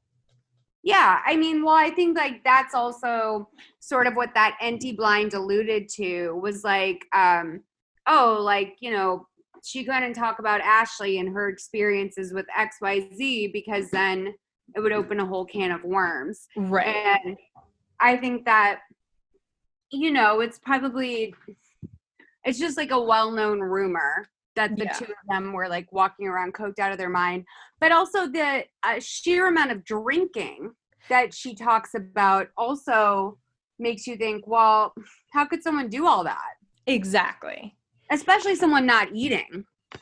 Well, and she keeps saying the quote unquote stimulant was what kept her alert the entire time to keep drinking as much as she did as like 100-pound person. I just thought it was so strange that it was just never just called out. Like, if you were on Adderall, just say, like, why is it this like vague stimulant name? Because I feel like I don't know if they were like slightly in tune with the idea that people who genuinely have ADD hate the association of Adderall and abuse. Yeah. But to people with ADD, I must say, like, you have to realize how much that speaks to how much you need Adderall. If you don't realize that when half the planet takes it, they are on, in, you know, for all intents and purposes, speed. When you don't need Adderall, you feel like you're on speed when you take it. So, you know, it could be that she just didn't want to drop that name, because I feel like someone like Jessica, she's on the other side of, you know, her early, like, you know, she's on the other side of like basically when mental illness comes out in women. Yeah. And she might genuinely need Adderall right now and not have that reaction that she did when she was younger. But and that's just pure speculation, obviously.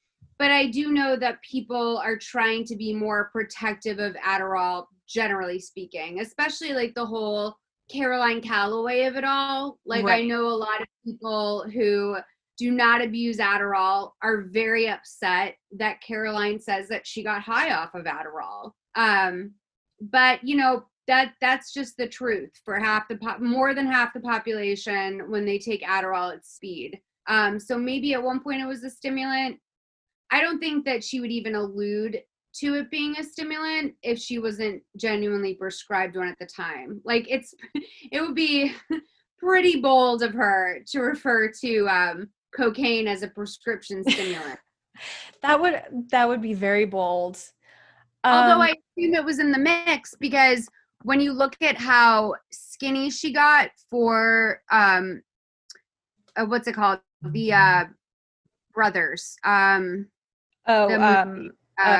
Daisy Duke. Dukes of Hazzard. Yes.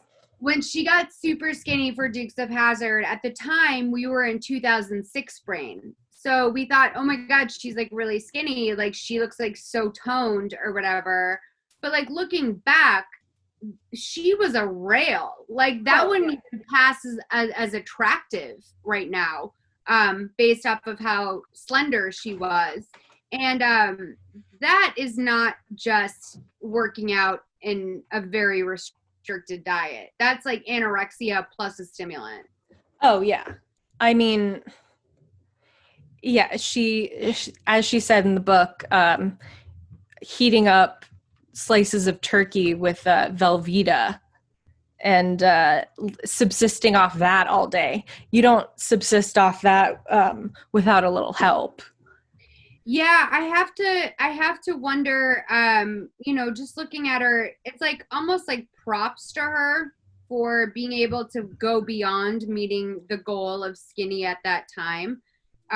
But it's also, you know, it's scary, like that's how I'm going to send you a picture. It's scary that that's how we, you know, praised people for showing up at a certain point. It's crazy. She looked rail thin.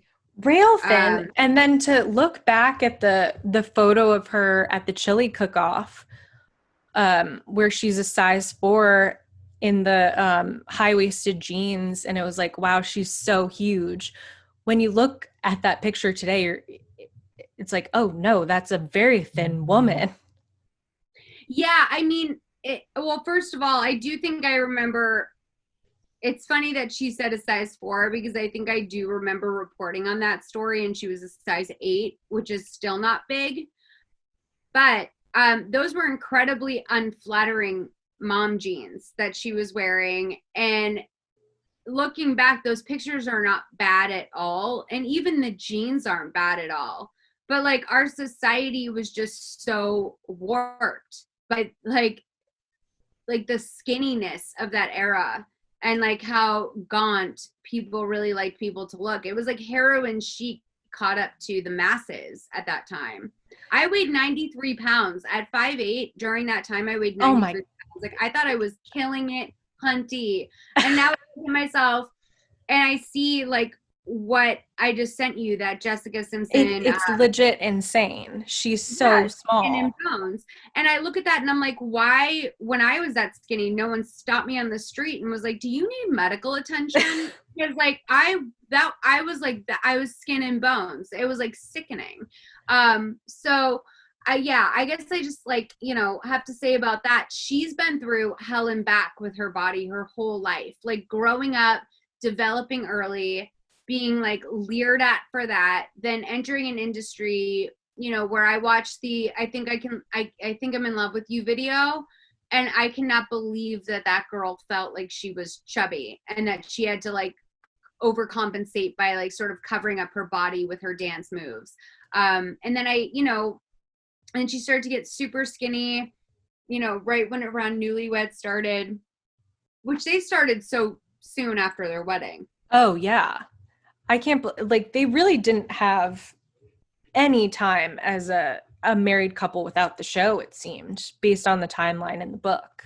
Yeah, so like you go from wedding skinny to that, and then you do Dukes of Hazzard, even more skinny, maybe gain a couple pounds back so you can feel like you're in real life. But I thought it was so interesting when in her book, when she said that, you know, she had no problem breaking her alcoholism the second that she realized she was pregnant with Maxwell, and that she ate nonstop, like while she was pregnant. Oh, and yeah. after she was pregnant, because she already had a deal with Weight Watchers. So like she had a plan to lose the weight before she was even like, she was like, fine, I'll gain weight. That'll look great for the Weight Watchers commercial. Yeah, and she says how with the Weight Watchers, she was like, well, I felt good about that because if someone tells me what to do, I can do it. So I mean, honestly, I do the same thing. Like, I will let myself go if I know, like, okay, starting after this thing that I have, then I will clean up my act. Like, she had a plan. She was going to enjoy herself for 9 months and probably self-medicate with food instead of alcohol. And that was the plan. Yeah, I mean, well, it's also, you know, so when, I guess I must have either not gotten there or just sort of spaced out. When was she due to get the tummy tuck? Was that after Maxwell? It was after Ace this. Newt? Yeah. Oh God, that name is not great. By the way, he's a gorgeous boy. Didn't he just have a birthday? I think I saw like a Instagram of him floating around over the Yes. last couple days. He is like a little boy Jessica. He is so cute. And Ace is a great name. The middle name is just not working for me. I have questions about Newt. I assume it came from Eric, but yeah, like the fact that her liver was that poisoned, like typically when a surgeon refuses surgery because of the state of someone's liver, like you just need to take a couple weeks off of drinking and then you're on the other side of it. So that's an interesting fact. Another sort of, oh, okay, Jessica, sort of moments where you're like, well, you probably could have still gotten this surgery. Well, and she does get it though. Oh, she does? Well, so the surgeon is going to do it. And then her personal doctor finds out about it and calls her while she's on the birthday trip and says, I'm not letting you do this. It's not safe. You're going to die. And then she decides, okay, well, I'm going to wait until the trip's done and then we'll broach this topic then. And her mom, because of Eric's like, I really don't want her to do this. They said it's not safe. And her mom is like, please don't do it, Jessica. And then Jessica like lifts up her shirt and says, I need to do it. And her mom goes, okay, we'll do it. So she gets the surgery. It doesn't turn out well. And then 2 months later, she gets it again and she gets sepsis. And she almost has to have a blood transfusion. But then, and I don't even think get into this at any point, she has that third kid after she's had a tummy tuck, which seems like a terrible idea to me. Wow. I mean, that sounds like, to me, that was when I was like, okay, this is all way worse than I even like gave it credit for. Once it gets into the tummy tuck and like, and knowing that she has a third kid after. Yeah, the sepsis is concerning. Very concerning. A sepsis moment is not chic, if anyone is familiar with sepsis. Yeah, it's not chic. It doesn't feel good. That's crazy. You know, this girl has been through so much. I'm interested, talking to you about it is really interesting because there are so many moments that when you and I are both like, huh? Like, Yeah. I don't know. Like, you realize, okay, Jessica, there are some things that could have used a little bit more of an explainer. Yeah. And it makes sense why she didn't share. I totally feel like I understand why she didn't share some of this stuff. Yeah. Yeah, like there are some questions. The Ken thing always bothered me. But now hearing that, I'm like, huh, that seems like a gentle glossing over of the moment. Yeah, I think there were a lot of I think she overall with the book, I enjoyed the read up until, the last 50 pages where I said, well, I get it. I I don't know that I have to buzz through this right now, but Yeah. she goes there with a lot of stuff. Yes. And she definitely put herself out there and really could have gotten herself into some trouble with some of the people in her life. So I give her that, but I definitely think there are some things that we did not hear the full kit and caboodle on. No, I would say like what I came for was the scene of her and Nick arguing in a parking lot because they were Yes. afraid that the newlyweds cameras were still on inside the TV, which like honestly, I love that. that is such a special early era of reality TV where the network was like, here, we don't want you to feel uncomfortable, so we'll just put a camera in your television. And people were like, oh yeah, okay.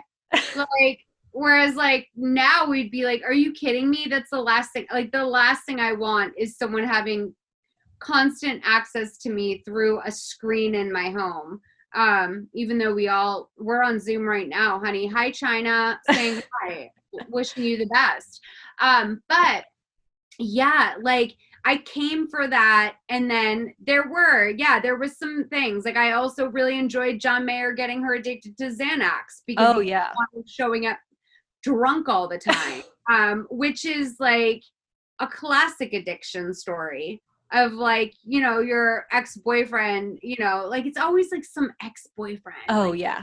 pills under the table. And then like the next thing you know, you're like, yeah, so I was a full-blown oxy addict. Like I am hi, welcome to rehab. My name is Jessica. Like it was like very interesting how she implicated him in that. And I believe it's true. I believe that she probably wasn't super familiar with benzos at that point. But Yeah. oh wait, one thing. I know we're rounding up. I know we're like finishing up, babe. But she fucked Johnny Knoxville and you can never tell me otherwise. I mean, How did she? how it is such a wild thing for her to put so much time into this like this quote unquote emotional love affair that she had with him, and then to explicitly say like, well, we never had sex, but the emotional part that was worse, because it's like, no, did you have sex with him? You can keep saying that you didn't, but I don't know, was it worse that you like texted and emailed each other? Right.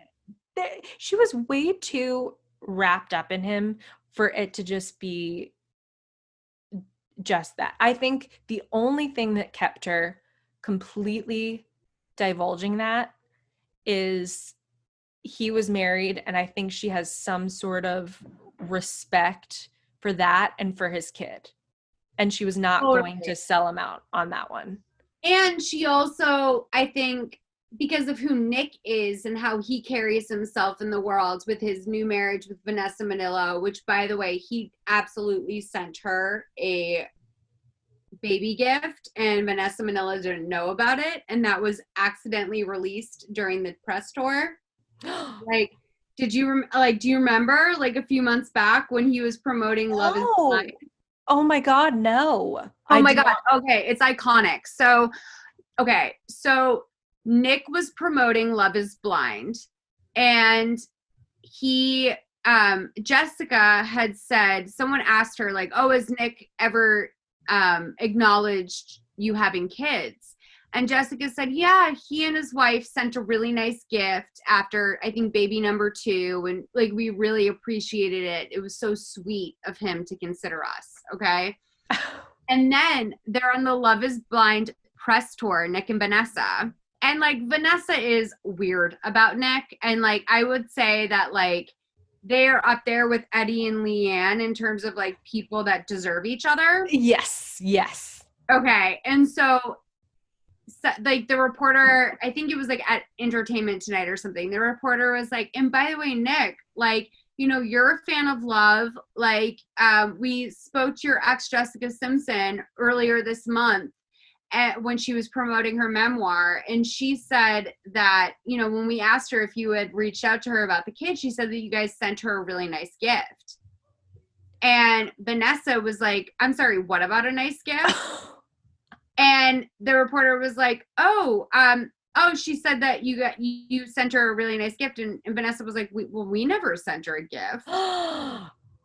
And Nick was like, oh, I must have been confused about like, you know, like, oh, that's so strange, like whatever. So then Jessica put out a statement being like, I must have been confused. I am so sorry. Nick never sent me a gift. And then like another press opportunity came up after she clarified that. And the interviewer was like, so earlier this month, people were confused because they said that like you guys sent Jessica a gift after she had the baby. And they were like, yeah, that must have been a mistake. I mean, she made a statement about that. We didn't send her a gift. So the first interview you can very much watch in real time as Vanessa Manillo sort of pouts her way through the rest of the interview as she processes that Nick absolutely sent a gift to Jessica, congratulating her on the birth of her second child with a whole ass new husband after they've had kids, after they lived their life. And like Vanessa is just steaming about it. Like she is not happy, honey. It's kind of amazing. Ooh, well, I mean, I love that because I don't know. She deserves it. Why wouldn't you love that? You get to see these like fucking, and because Nick was always so jealous of Jessica, and to watch Vanessa be jealous about Nick the way that he was of her, like, is just the unhealthy high school relationship dynamics stay in play. They really do. And just after her, like, coming into the picture after they were separating and like playing the Jessica character in his music video, I'm just like, you know what? You can get that little sting, girl. That would you be two deserve each other. Totally. That would be like Justin Timberlake, like wifing the chick who played Britney in the Crimea River video. Like it's so weird, but it's also so Nick that he knew his video wouldn't get any play unless he hired a fucking VJ to be his like emotional partner in that thing, like his romantic partner. Like he had to hire a VJ. Honestly, I was never a fan of his, but after reading the book, I just think, you know what? You got what you deserved. You had no business dating a virgin that you had to parent and then blame her for not being adult enough to be with you and then get jealous of her when she's more successful. Like, you deserve to be on Top Chef Junior with your wife. Dog, truly. And like, you know, the other thing is like watching Newlyweds Back and seeing like sort of the buds of like Jessica's relationship with alcohol. Like they were sort of a drink a couple Miller Lights people, like type, until things started to really go off the rails. Like, I think her alcoholism for sure was ramped up with that marriage. Well, she wasn't even really drinking ever until they were on their vacation to Hawaii, and she says that she looked at him as if he was a father when someone offered her a drink, and he was like, yeah, go for it, you're on vacation. And then yeah, it is kind of spooky when you find out he was like almost 30 and she was like 20 when they were started dating. And not even just like a JoJo and like her older boyfriend, or like Hayden Panettiere and like her many older boyfriends, where at least you can look at these women and be like, well, maybe they're more mature and need an older person. But I mean, Jessica was a virgin.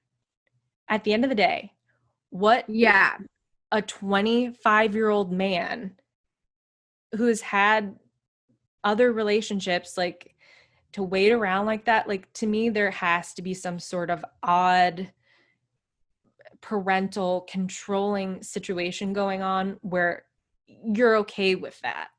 He had a total Madonna horror complex, and you could smell it through the screen. Mm-hmm. And it was an issue. Like, because as soon as they started being sexual together, he had no problem, like, super sexualizing his wife, especially for the time in particular, sexualizing his wife on camera.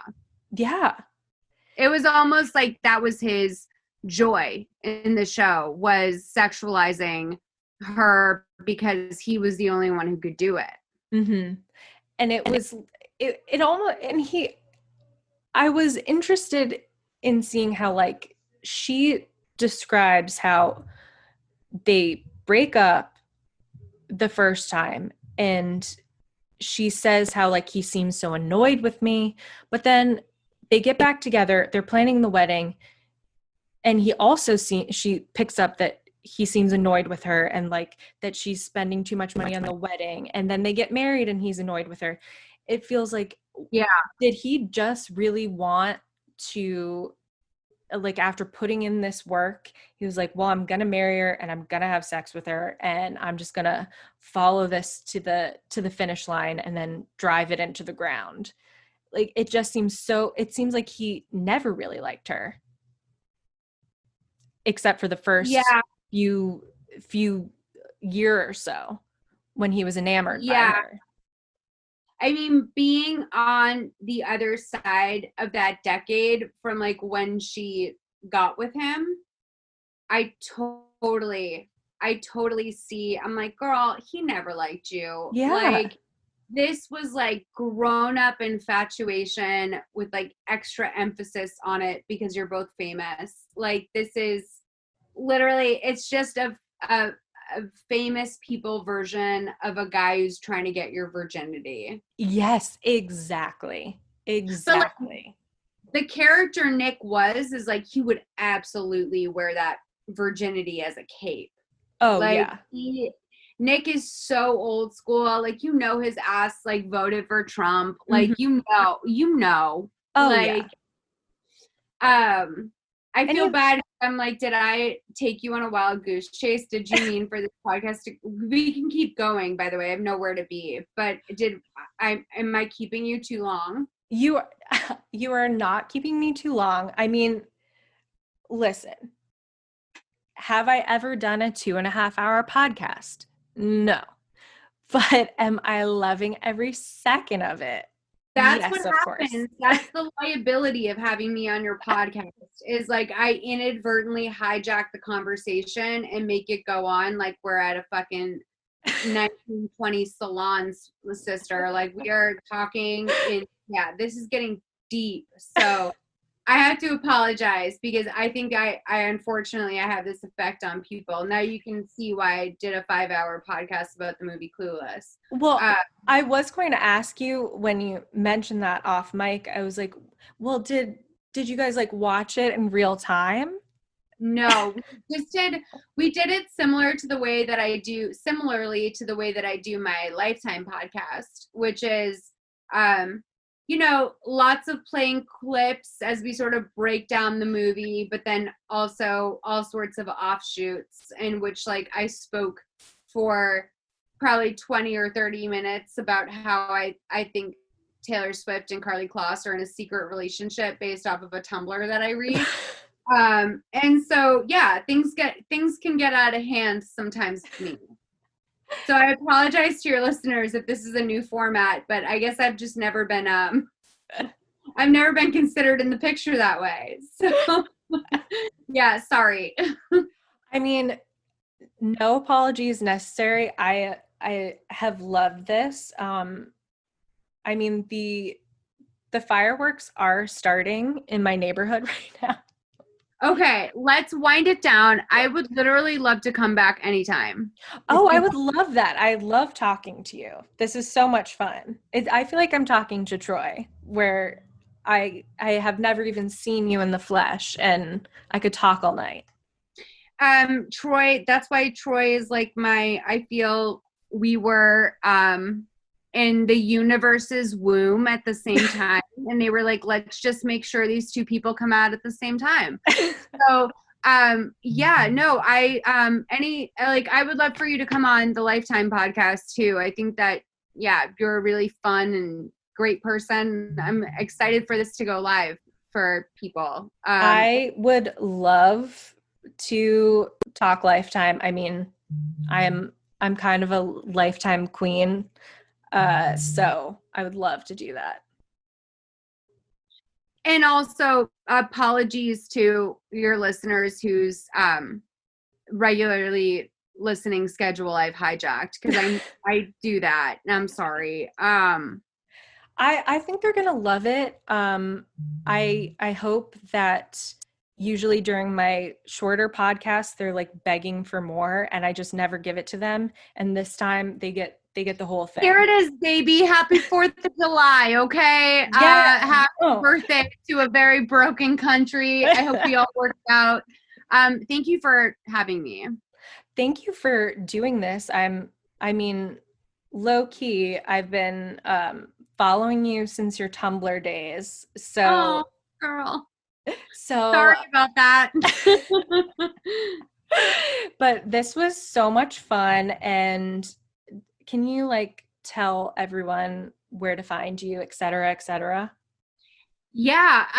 So I am available almost every week right now. It's a little bit different during the quarantine, but I'm doing my podcast, Mother May I Sleep With podcast, that usually runs in seasons. And right now we're just sort of doing off the cuff, quote unquote, mini episodes that are also around 2.5 hours.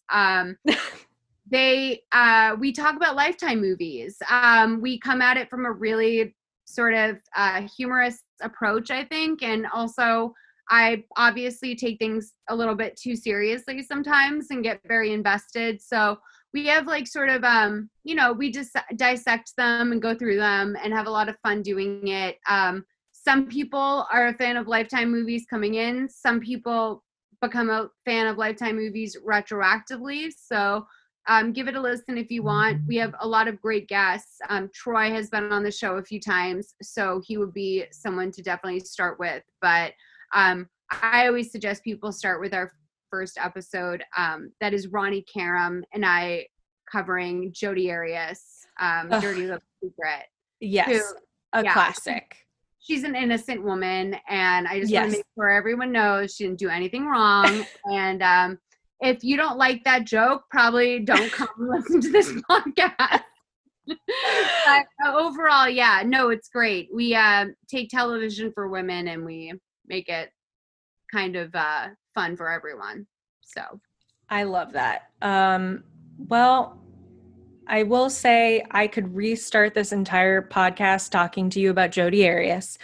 But we have to resist, honey. We have to resist. We simply must resist the inclination. Yeah, nevertheless, she persisted. Exactly. And we're persisting into the end of this podcast. Yes. Well, Molly, This was so fun. Thank you Oh, so most much. fun. Yes, I had so much fun, and I would love to not only have you on Lifetime Podcast, but I will come on anytime you want me to have a completely disorganized conversation about pretty much anything with you. I will take you up on that because I feel like we really got into the nitty gritty, and that's what the listeners are begging for. And once this hellscape is open again for business, let's go get a cocktail. Oh, oof, I love that. Either I'll still be in Los Angeles or you can come to Big Bear. Yeah, I'll drive the 8 hours with my fucking mentally ill dog and elderly cat and just make it happen. Come on, all of us. That's the fivesome to remember forever. Exactly. So, congratulations on seeing John Mayer at your first comedy show, by the way. Thank you so much. My mom will be thrilled to hear that I immortalized that on the podcast. It's something she remembers fondly. In true New England spirit, tell your mom I said hi. And thank you. Thank you so much, Molly. This was so fun. Bye, guys. Thank you. Bye.